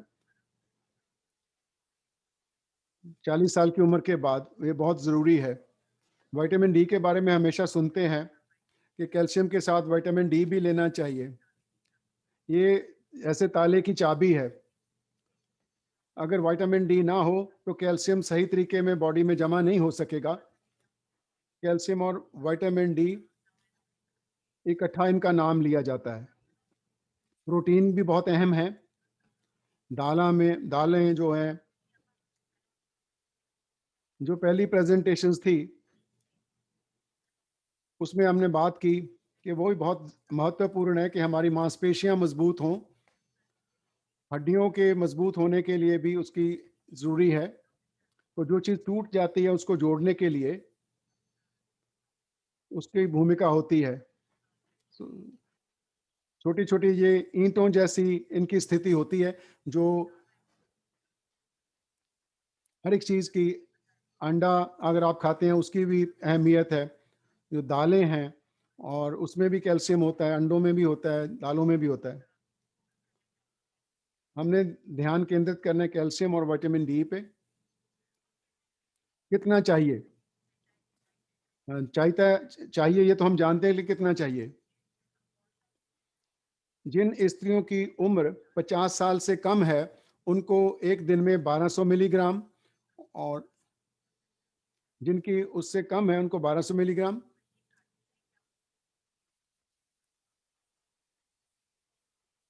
इकहत्तर साल की उम्र से 1000 मिलीग्राम। 71 साल से ज़्यादा की उम्र में 1200 मिलीग्राम। और विटामिन डी, जैसे डॉक्टर जैन ने भी बताया, 50 साल की उम्र से ज़्यादा 800 से लेकर 2000 इंटरनेशनल यूनिट विटामिन डी होना चाहिए।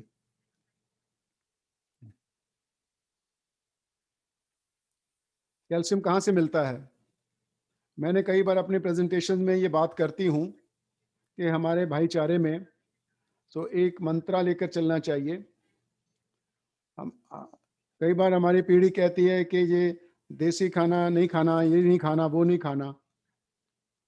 देसी जो हमारी पद्धति है खाने की, उसमें इतनी अच्छी चीज़ें हैं कि हम अगर उसको बैठकर सोचकर समझकर उस पर अमल करें तो हमारी सेहत की कोई कोई समस्या को हम हल ना कर सके, ऐसा नहीं है। दूध पियो, दही खाओ, लस्सी पिए, क्योंकि ये सभी चीज़ें, ये बहुत अच्छे सोर्सेज हैं इन सारी चीज़ों के। मैंने एक उदाहरण दी है। जो दूध एक 250 मिलीलीटर दूध, उसमें 300 मिलीग्राम कैल्शियम होता है।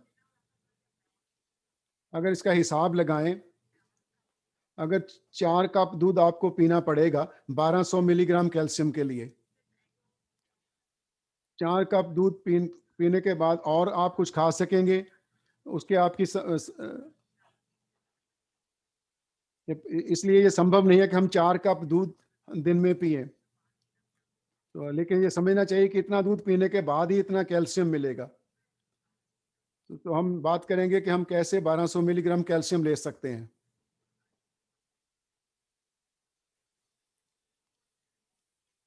स्किम मिल्क है, 2% है, होमो है, सभी में कैल्शियम एक जैसा ही होता है।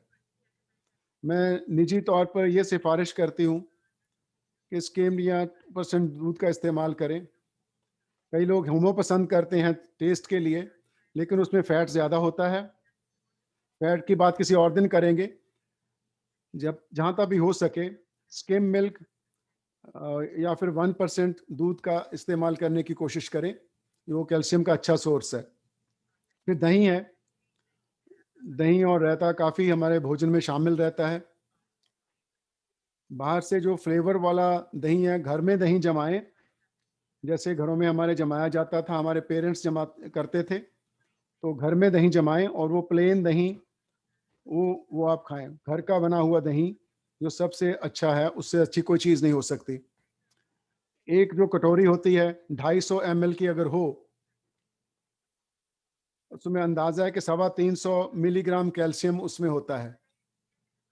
3 कटोरियां आप दही की खाएंगे तो आपको पूरे दिन का कैल्शियम मिल जाएगा।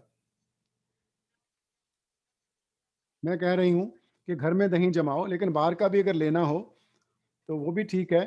ज़रूरी नहीं है कि दूध या दही, सिर्फ दूध ही पीना है या दही ही खाना है। इसको आप अपनी दूसरी रेसिपी में भी डाल सकते हैं। आप दही वाला आटा गूंथ सकते हैं। जैसे आपने कुछ सब्जी बनाई है, उसमें 3-4 बड़े चम्मच दही के डाल लें और थोड़ी सी वो क्रीमी हो जाएगी, अच्छी हो जाएगी। ऐसी सब चीज़ें आप कर सकते हैं जो मैं आपको बता रही हूँ। उसमें आप, इनमें कैल्शियम होता है। इनको अकेले खाना ज़रूरी नहीं है, लेकिन इसको खाना ज़रूरी है और किसी और चीज़ से भी मिला सकते हैं। एक चीज़ और बताएं, रोयल मिल्क भी कई तरीके के होते हैं। वो एक कप पीने के बाद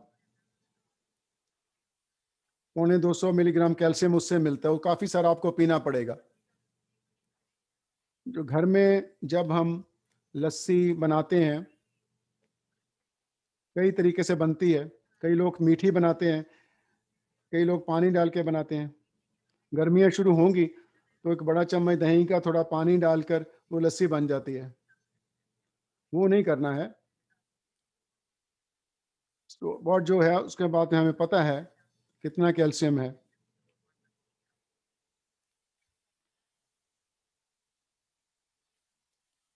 और बात करें, कई लोगों को दूध पी के गैस जैसा हो जाता है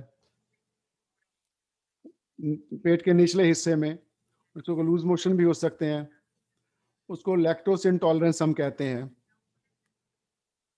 उसमें होता है कि आपका जिस्म दूध को सही से हजम नहीं कर पाता।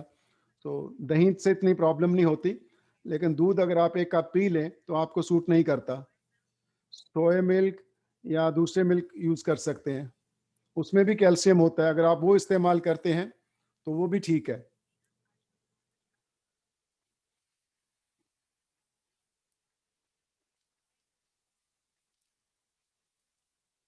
कैफील बहुत अच्छा सोर्स है कैल्शियम का, और दही में भी पाया जाता है, लेकिन बहुत ज़्यादा अमाउंट में। और इसके हमारे पेट पेट के जो अच्छे बैक्टीरिया है उनके लिए भी हेल्प करता है। कोविड के टाइम टाइम पर जो हमारी पेट की सेहत है बहुत ज़्यादा ज़रूरी है कोविड के साथ मुकाबला करने के लिए भी। सो दही, कफील, काफ़ी लोग इसका इस्तेमाल करते हैं, खाने की कोशिश करते हैं। इसके अंदर लैक्टोबैसिलस होते हैं, वो वाला बैक्टीरिया होता है। ये दही जैसा ही होता है, तो ये भी इस्तेमाल किया जा सकता है। अंडे, 2 अंडे जेकर तुसी ब्रेकफास्ट खाते हो तो ये बहुत ज़्यादा नहीं है। सो दही या डेयरी की जो चीज़ें हैं उनमें कैल्शियम नहीं होता, और दूसरे खानों में भी कैल्शियम पाया जाता है।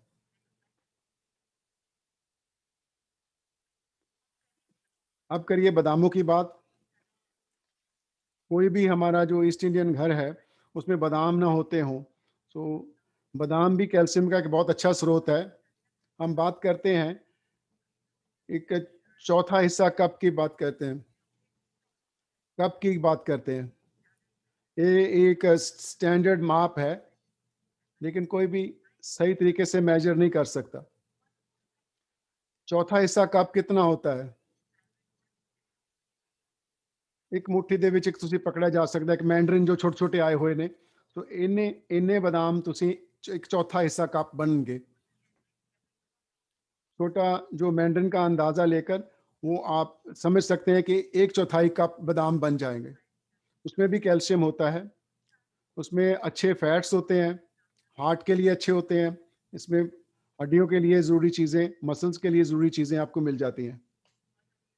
पनीर बहुत इस्तेमाल किया जाता है हमारे घरों में। घर में आप फैट फ्री मिल्क का पनीर बनाएं या बाजार से लेकर खाएं, तो कैल्शियम के लिए उसमें कोई फ़र्क नहीं पड़ता। सब में कैल्शियम होता है, चाहे आपने स्टोर से खरीदा है। कैल्शियम के लिए दोनों अच्छा सोर्स हैं। इस स्लाइड में मैंने दिखाया है एक जो चीज़ है, चेडर या दूसरा चीज़, जो हमारे से पहली पीढ़ी है वो काफ़ी चीज़ को पसंद नहीं करते, लेकिन ये कैल्शियम का एक अच्छा स्रोत है। इसमें मैंने बताया है, अगर 3 सेंटीमीटर का एक टुकड़ा हो तो आपको ऐसे माप करने की ज़रूरत नहीं है। जैसे आपके टूथब्रश का जो बालों वाला हिस्सा है, अगर इतना टुकड़ा आप खाते हैं चीज़ का, तो तकरीबन 1 कप दही जितना कैल्शियम इसमें से मिल जाता है। यदि आप 1 कप दही नहीं खा सकते, तो इतना इतना टुकड़ा आप चीज़ का खा लें, तो उतने ही कैल्शियम आपको मिल जाएगा। बात करिए, एक दिन में 1200 मिलीग्राम कैल्शियम हमने कैसे लेना है। 2 कप दूध मैंने दिखाए हैं, उसमें 600 मिलीग्राम, 600 मिलीग्राम। चाहे दूध ना से आटा गूंद लो, चाय बना लो, कॉफ़ी च पा लो, डाल लें, लेकिन वो सारा एक जैसा ही हो जाएगा। साथ ही साथ चौथा चौथा हिस्सा कप का, और 1 अंडा मैंने कैल्शियम बताया 40 मिलीग्राम, और या 1 टुकड़ा आपके चीज़ का, तो अगर ये इतना आप खा सकते हैं कैल्शियम के लिए, तो आपकी कैल्शियम की ज़रूरत पूरी हो जाती है। अगर यदि आप अंडा नहीं खाते, अगर आप अंडा निकाल भी दें, तो भी तभी आपका जो उद्देश्य पूरा हो जाएगा। 1200 मिलीग्राम, बड़ी हैरानी होती है कि 1200 मिलीग्राम हम कैसे खाएँगे? लेकिन इन चीज़ों को इसके साथ आप उनको पूरा कर सकते हैं। एक सवाल पूछूँगी मैं आपसे, 50 साल से ज़्यादा उम्र की स्त्रियों को कितने कैल्शियम की ज़रूरत होती है?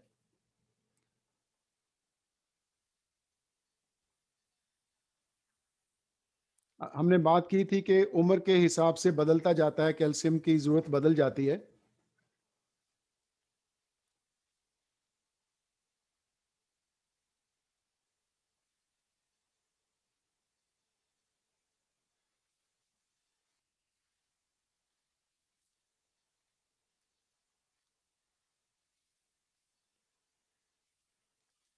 अब बात करें विटामिन डी की, कैल्शियम की बात तो हमने कर ली। कई भोजनों में विटामिन डी होता है, हमारा जिस्म उसको बनाता है। बड़ा स्रोत उसका धूप है, और ये चमड़ी में बनता है, उसके लिए धूप बहुत ज़रूरी है। हमारे जिस्म के लिए विटामिन डी बनाने के लिए धूप की बहुत ज़रूरत होती है, लेकिन हमें काफ़ी मात्रा में धूप यहाँ पर मिलती नहीं। हम जिस्म को ढाँक के रखते हैं, धूप के ज़रिए से हमें इतना विटामिन डी नहीं मिलता। सबसे आसान तरीका यही होगा, विटामिन डी आप बाहर से लें। आप डॉक्टर से बात करें, बहुत आसान है। आप रोज़ की गोली ले सकते हैं, हफ्ते में 1 गोली ले सकते हैं, लेकिन विटामिन डी की गोली लेना ज़रूरी है।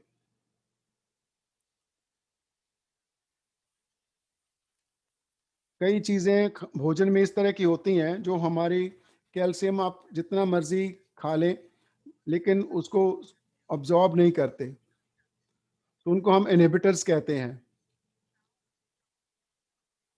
चाय में चाहे आप दूध डाल के पी लें, इसका मतलब ये नहीं है जे आप ਚਾਹ ਦੇ ਵਿੱਚ ਘੱਟ ਕੈਫੀਨ ਹੁੰਦੀ ਹੈ, कॉफ़ी ਦੇ ਵਿੱਚ ज़्यादा कैफीन ਹੁੰਦਾ है। जेकर कैफीन ਤੁਸੀਂ बहुत ज़्यादा ले रहे हैं, अगर आप कैल्शियम खा रहे हैं, तो जो लोग दिन में 2 कप चाय पीते हैं, उनको चिंता करने की ज़रूरत नहीं है, लेकिन जो 7-8 कप पीते हैं और जो ज़्यादा स्ट्रॉन्ग कॉफ़ी पीते हैं, उनको सोचना चाहिए। साथ ही नमक, जो लोग नमक ज़्यादा खाते हैं, तो उनकी भी बहुत प्रॉब्लम होती है। हर चीज़ में वो ज़्यादा नमक डाल के खाते हैं, उसमें हर चीज़ में नमक डालते हैं, चाय में भी नमक डालते हैं, बिस्किट भी नमक वाले खाते हैं। नमकीन का पैकेट खोल लिया तो वो सारा खा लिया। जितना ज़्यादा नमक होगा वो ब्लड प्रेशर के लिए भी अच्छा नहीं है और कैल्शियम को भी की एब्ज़ॉर्प्शन को भी रोकता है। जो ज़्यादा शराब पीते हैं उनके लिए भी मुश्किल हो जाएगी। वो कैल्शियम को शरीर में जमा नहीं होने देती शराब। और पॉप जो है, जो छोटी जनरेशन्स हैं, वो पॉप बहुत पीते हैं। वो उससे मदद नहीं मिलती। वो कैल्शियम को जिस्म में जमा नहीं होने देते। और इनहिबिटर्स की बात करें, एक चीज़ होती है ऑक्जेलेट्स। ये जो वो चीज़ है, ऐसे तिलों तिलों के जो जो बीज होते हैं, ऐसे रुबाब, इन चीज़ों में ये पाया जाता है। पालक में, तिलों में और रुबाब में ऑक्जेलेट्स होते हैं। वो कैल्शियम को एब्जॉर्ब नहीं होने देते।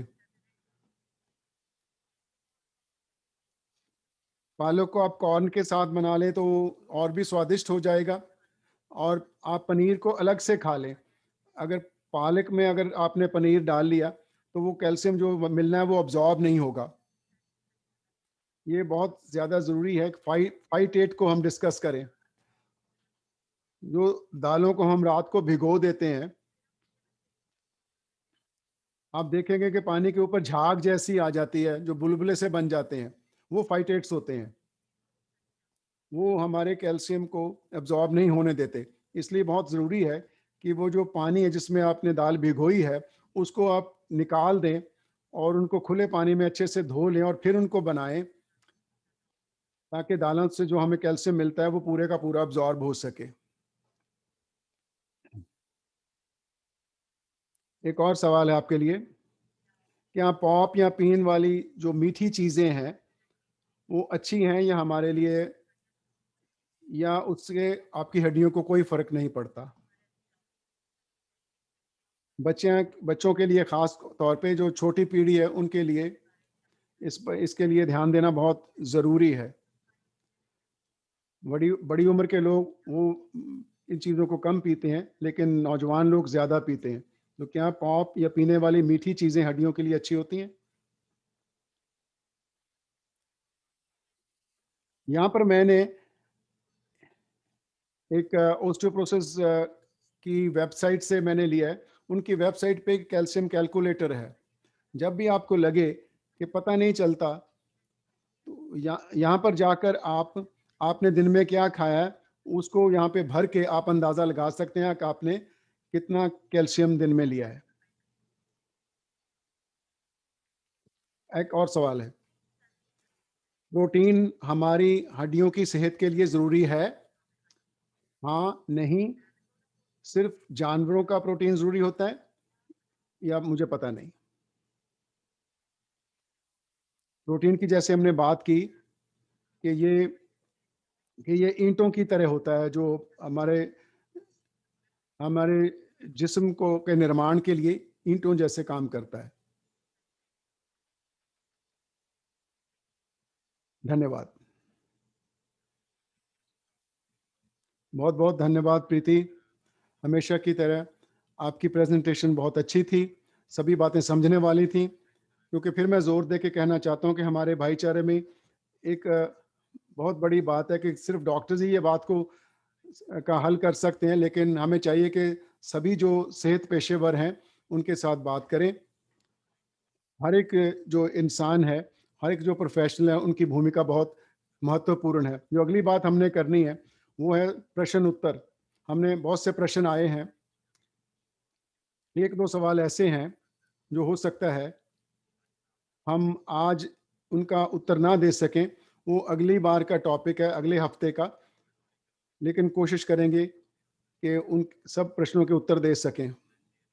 मैं जैसे कहता हूँ कि वो अगली बात को लोगों को बताएं, क्योंकि प्रश्न उत्तर प्रश्न हमारे पास 20-25 हैं, और डॉक्टर लीना जैन, गुरदीप गिल, प्रतीति सूरी और डॉक्टर प्रगट सिंह भुर्जी भी हमारे साथ होंगे। बाकी सबसे आपने सुन लिया है। डॉक्टर बुर्जी साहब को भी आप हमेशा से देखते हैं, सुनते हैं, वो बच्चों के स्पेशलिस्ट हैं, हमारे प्रोग्राम का एक बहुत अहम हिस्सा हैं। तो जी अब बात करेंगे, उसके बाद हम प्रश्न लेंगे।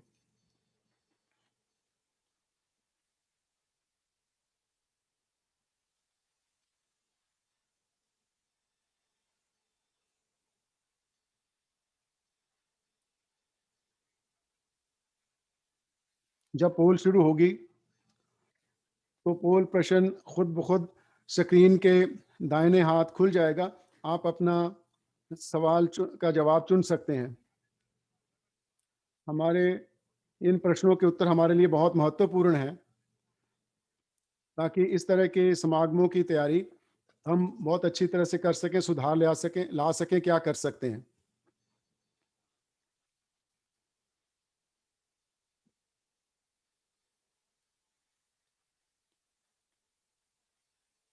जी चलें।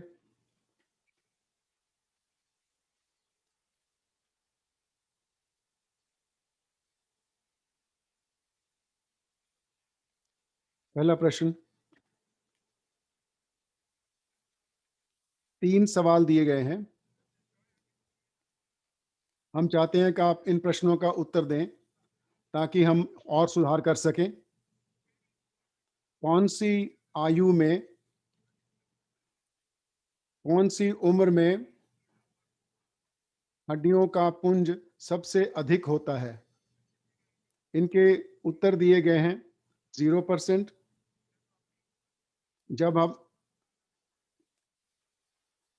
जब 10 से 15 साल की उम्र होती है तो 0%, 80% जब उम्र 20 से 30 साल की होती है, 11% जब उम्र 50 से 65 साल की होती है,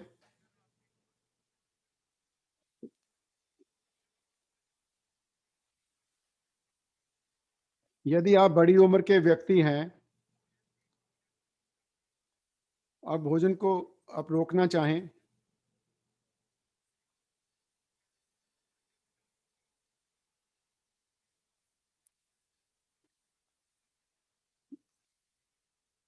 शराब की के इस्तेमाल को रोकें 17%, 33% डॉक्टर के साथ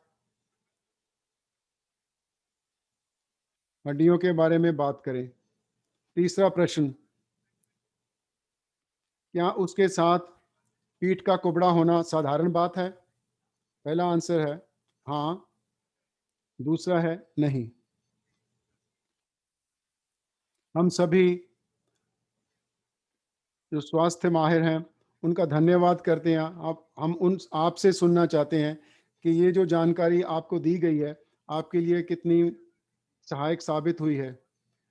इसके लिए हमने जो प्रश्न पूछे हैं, उनके हम चाहते हैं कि उनके उत्तर हमें दें, ताकि आगे आने वाले समय में इन समागमों को में सुधार करने के लिए हमारे लिए महत्वपूर्ण है। ये सभी प्रश्न जो आप पूछेंगे, वो हमारे विशेषज्ञ आपके प्रश्नों के उत्तर देंगे। मैं डॉक्टर चीमा साहब से कहता हूँ,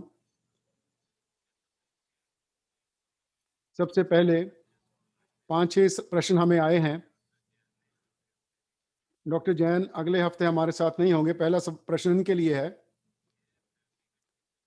यदि परिवार में किसी को ऑस्टियोपोरोसिस हो, किसी भी को, उस परिवार में ज़्यादा उसके चांसेस हैं या नहीं?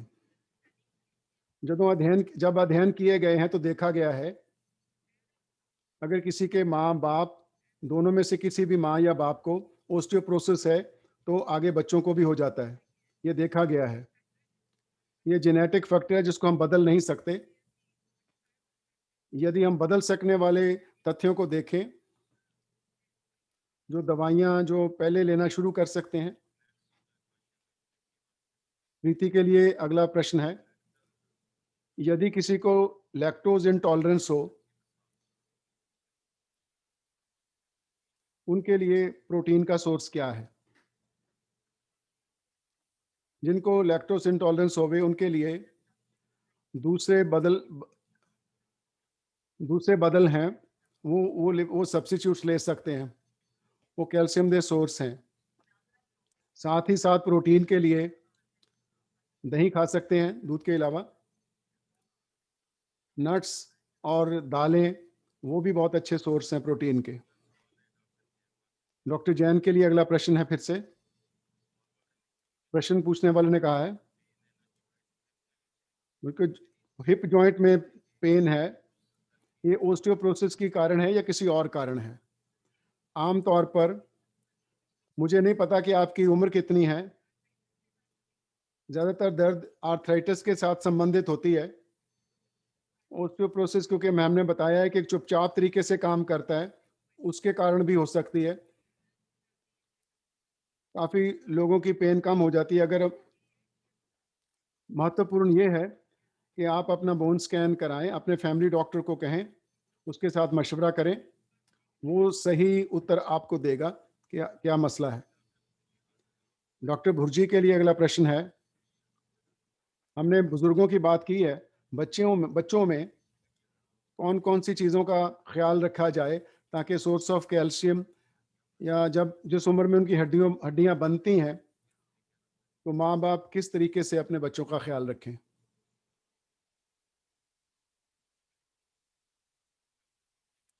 डॉक्टर भुर्जी कहाँ हैं आप?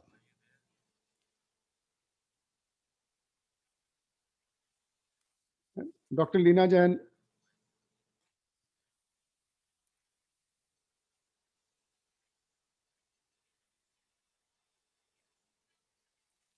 बुनियादी तौर पर बच बच्चों की एज से हड्डियों का बढ़ना शुरू हो जाता है, इसलिए बहुत ज़रूरी है उनका दूध पीना और दूसरी चीज़ें, कैल्शियम अच्छा होना। बच्चों की उम्र से ही कैल्शियम की देखभाल करनी बहुत ज़रूरी है। कसरत करना बहुत ज़रूरी है क्योंकि बोन का जो मांस है, जब बोन बनती है तो जो एक सेल्स होते हैं जो बोन को बनाते हैं, जो बनाते हैं उनको आपने बढ़ाना है और दूसरों को कम करना है। तो जो उसका जो रॉ मटेरियल है, जो उम्र के 20-30 साल से कम उम्र में, उस वक्त छोटी उम्र से ये चीज़ों को शुरू करना ज़रूरी है। इससे पहले मैं ये करना चाहता हूँ कि हमारे पास समय बहुत कम है। जैसे डॉक्टर जैन ने कहा है, ये बहुत ज़रूरी है, बल्कि उसी वक्त पॉप और जंक फूड जो है, जो बच्चे ज़्यादा खाते हैं और मीठी चीज़ें ज़्यादा लेते हैं, कैंडी वगैरह, वो हमारी हड्डियों के खिलाफ काम करती हैं, तो उनको कंट्रोल करना भी बहुत ज़रूरी है। डॉक्टर भुर्जी आगे हैं या नहीं? वो हैं? नहीं। अगला प्रश्न है प्रीति सूरी के लिए, जो ऑर्गेनिक मिल्क है। प्रश्न ये है, जब वो हम इंडिया में थे तो ऑर्गेनिक मिल्क लेते थे, हम यहाँ पे आके हम दूसरा दूध लेते हैं, जो बातें हैं उनका प्रभाव हमारे शरीर पर किस तरह से पड़ता है? डॉक्टर चीमा, समझने की बात यह है कि जो हार्मोन्स जानवरों के दिए जाते हैं वो हमारे शरीर पर असर करते हैं, लेकिन जो डेली डेयरी इंडस्ट्री जो है, इसीलिए वो यूएस में ज़्यादा सस्ता है, यहाँ पे इतना सस्ता नहीं है। जो कैनेडियन डेयरी में हार्मोन्स इस्तेमाल नहीं किए जाते और वो पीने के लिए बिल्कुल सुरक्षित है। कोविड के बाद कैनेडियन दूध को आप इस्तेमाल करें, कैनेडियन चीज़ को आप खरीदें, उसमें हार्मोन्स नहीं होते। डॉक्टर जैन के लिए एक और प्रश्न है, जो लोग इतनी शराब पीते हैं उनको अगर आप कहें आपकी शराब की वजह से आपकी हड्डी टूटी है, तो वो तो लड़ने लग जाते हैं, क्योंकि मैंने तो शराब नहीं पी, मैं तो थोड़ी बहुत शराब पीता हूँ, और भी लोग पीते हैं, उनको क्यों नहीं हो जाता? उन उनसे उनको समझाएं कि जो कसरत है वो कितनी महत्वपूर्ण है। जो डाइट जो है, जो चिकन के साथ, वो कहते हैं कि शराब पी के मैंने चिकन भी बड़ा खाया था, तो मुझे क्या कमी हो सकती है? कहते 100 चूहे खाकर बिल्ली हज को चली, ये बात है। समस्या ये है कि जो शराब है वो हर एक तरह से शरीर को नुकसान पहुंचाती है। खास तौर पे जो ओस्टियोपोरोसिस के कारण जो हड्डियां कमज़ोर होती हैं, और साइंस ने ये रिसर्च की है, जो सेल्स हैं जो हड्डियों को ख़राब करते हैं उनको बढ़ाती है, और हड्डियां कमज़ोर होती हैं। हड्डियां कमज़ोर होती हैं जब आप अल्कोहल ज़्यादा लेते हैं, तो आपकी संतुलन की समस्याएं होती हैं। जो सेरिबेलम होता है दिमाग में, जो शरीर का संतुलन रखता है, आपकी आपका होश खराब होता है, आपका संतुलन खराब होता है, आपकी चाल खराब हो जाती है, गिरने का खतरा बढ़ जाता है। तो गिरेंगे आप, और फिर उससे समस्या तो है ही है। आप जो भी उसको करने के लिए आप चाहे चिकन साथ में खा लें, लेकिन उसी वक्त उससे कोई मसला हल नहीं होता।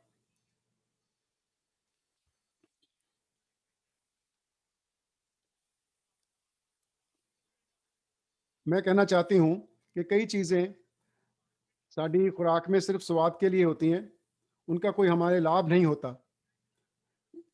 नमक एक ऐसी चीज़ है, मीठा एक ऐसी चीज़ है। शराब जो है यकीनन सूची में सबसे ऊपर है, और उससे विटामिन डी प्रोडक्शन कम हो जाती है, उससे हमारी हड्डियां ठोस नहीं रहती। जिनको डायबिटीज़ या मोटापे की समस्या हो, उनको सबको। सो ये बहुत लंबी सूची है कि कैसे शराब जो है, ये शराब हर चीज़ को ख़राब करती है, उससे अच्छा कुछ भी नहीं मिलता। तो शराब पी के थोड़े लोग मस्त तो ज़रूर हो जाते हैं, ये सिर्फ वो 10 मिनट के मज़े के लिए है, और उसके साथ आप अपनी सेहत का बहुत नुकसान कर लेते हैं। मेरे जहन में भी एक इसकी बात आई है। पालक और पनीर का जो कॉम्बिनेशन है, वो बहुत ज़रूरी है, बहुत लोग खाते हैं, और बार बार जो लोग उसको गर्म करते हैं। और इस कॉम्बिनेशन के बारे में दोबारा आप बता दें कि अलग अलग उसको बनाना चाहिए। पालक पनीर दोनों दोनों पोषक चीज़ें हैं।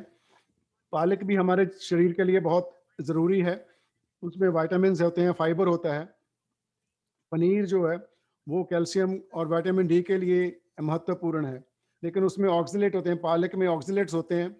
जो सो ऑक्सलेट तो बाकी सब कुछ ठीक है, लेकिन कैल्शियम जो है वो ऑक्सलेट के कारण वो अब्जॉर्ब नहीं होता, तो जो खाया हुआ पनीर पालक के साथ वो ज़ाया हो जाता है। सो सो पालक के आप अलग से बनाएं, और पनीर को आप अलग की से ग्रेवी में बनाकर खाएं। दोनों चीज़ों को इकट्ठा खाने से फ़ायदा नहीं होता, क्योंकि पालक में ऑक्सलेट्स होते हैं उससे। अगला प्रश्न डॉक्टर जॉन जैन के लिए है। कई लोग टेस्ट नहीं कराते, तो उसके लिए पैसे देने पड़ते हैं।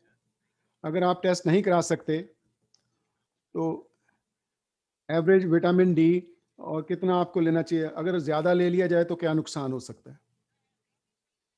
औसतन विटामिन डी, जैसे प्रीति की स्लाइड में और मेरी स्लाइड में बताया कि 50 साल की उम्र से ज़्यादा 800 से 2000 इंटरनेशनल यूनिट्स होना चाहिए। आम जो बॉटल होती है, जब उसको आप देखेंगे तो उसमें बताया होता है कि कितनी है। आप मल्टीविटामिन की गोली लेते हैं तो उसमें बहुत कम होता है, उसके पीछे सब विवरण दिया होता है। सो 500 मिलीग्राम कैल्शियम होगा, तो उसके साथ आपको 2 गोलियां लेनी पड़ेंगी। खास करके कोविड के टाइम में, जब धूप नहीं है, तो 2000 इंटरनेशनल यूनिट्स की तरफ रहना चाहिए, वरना कई लोगों को साइड इफ़ेक्ट्स भी हो सकते हैं। जो ज़्यादा से ज़्यादा 2000 इंटरनेशनल यूनिट से ज़्यादा नहीं लेना चाहिए। यदि आप फैमिली डॉक्टर के पास जाते हैं, उन्होंने आपका बोन स्कैन कराया, कितने साल के बाद बोन स्कैन दोबारा कराना चाहिए? आमतौर पे एक बार हफ्ते के हफ्ते अगर आप गोली खाते हैं, आपको 2 या 3 साल के बाद बोन डेंसिटी चेक करानी चाहिए। अगर एक हफ्ते में गोली खाते हैं तो 3 से 5 साल बाद, तो उस तरीके से आप तय कर सकते हैं। 2 साल गोली रोकने के बाद फिर से आप चेक करा सकते हैं। लेकिन जो टीका है, जो हर 6 महीने के बाद लगता है, वो सिर्फ साल में 2 लगते हैं। उसको बंद करने से पहले उस इंजेक्शन को एकदम बंद नहीं करने चाहिए। एकदम इंजेक्शन को बंद करने से एकदम नुकसान होता है। इसीलिए हमारे जो फैमिली डॉक्टर हैं, उसके साथ मशवरा करके वो दवाइयाँ इस्तेमाल करनी चाहिए। जो गोलियाँ हैं, फॉस्फेनेट या उनको बहुत तरीके से खाना पड़ता है। अगर किसी को अल्सर की प्रॉब्लम है, कोई हाज़मे की प्रॉब्लम है, उनके लिए नुकसान हो सकता है। 1:55 हो गए, सिर्फ 5 मिनट है हमारे पास। मैं आप सबका बहुत धन्यवाद करता हूँ कि आप सब ने वो समय निकाला और पंजाबी में आपने बताया। हमने ये सब चीज़ें 2-3 दिन में ऑनलाइन पोस्ट कर देंगे। आइकॉन प्रोजेक्ट में सोफिया खान की टीम ये करेगी और हमारी मदद कर रहे हैं सी टू स्काई वाले, तो वो भी इसमें हमारी मदद करेंगे। मैं आप अपनी वेबसाइट बता देता हूँ www.iconproject.com। जो अगला सेशन होगा वो मार्च 20 को होगा, 12 से 2 बजे तक। वो ऑस्टियोआर्थराइटिस के बारे में होगा। उसकी बात हमने आज नहीं की क्योंकि हम किसी को कंफ्यूज नहीं करना चाहते थे। अगले हफ्ते हम फिर मिलेंगे। अगले हफ्ते डॉक्टर जैन नहीं होंगे, बाकी सभी होंगे। अब जे बैंस वो आगे बात करेंगे और प्रश्नों के बारे में बात करेंगे। जो भी प्रश्न आपके आए हैं उनका सम का हम उत्तर देंगे, अपनी वेबसाइट पे उत्तर देंगे और उसके बाद अगले हफ्ते अगर ज़्यादा समय होगा तो करेंगे। तो मैं समझता हूँ कि ये बहुत अच्छा तजुर्बा रहा। जे अब अपने स्पॉन्सर्स या सबका धन्यवाद करेंगे। डॉक्टर चीमा धन्यवाद। हम सभी स्वास्थ्य विशेषज्ञों के और भाग लेने वालों के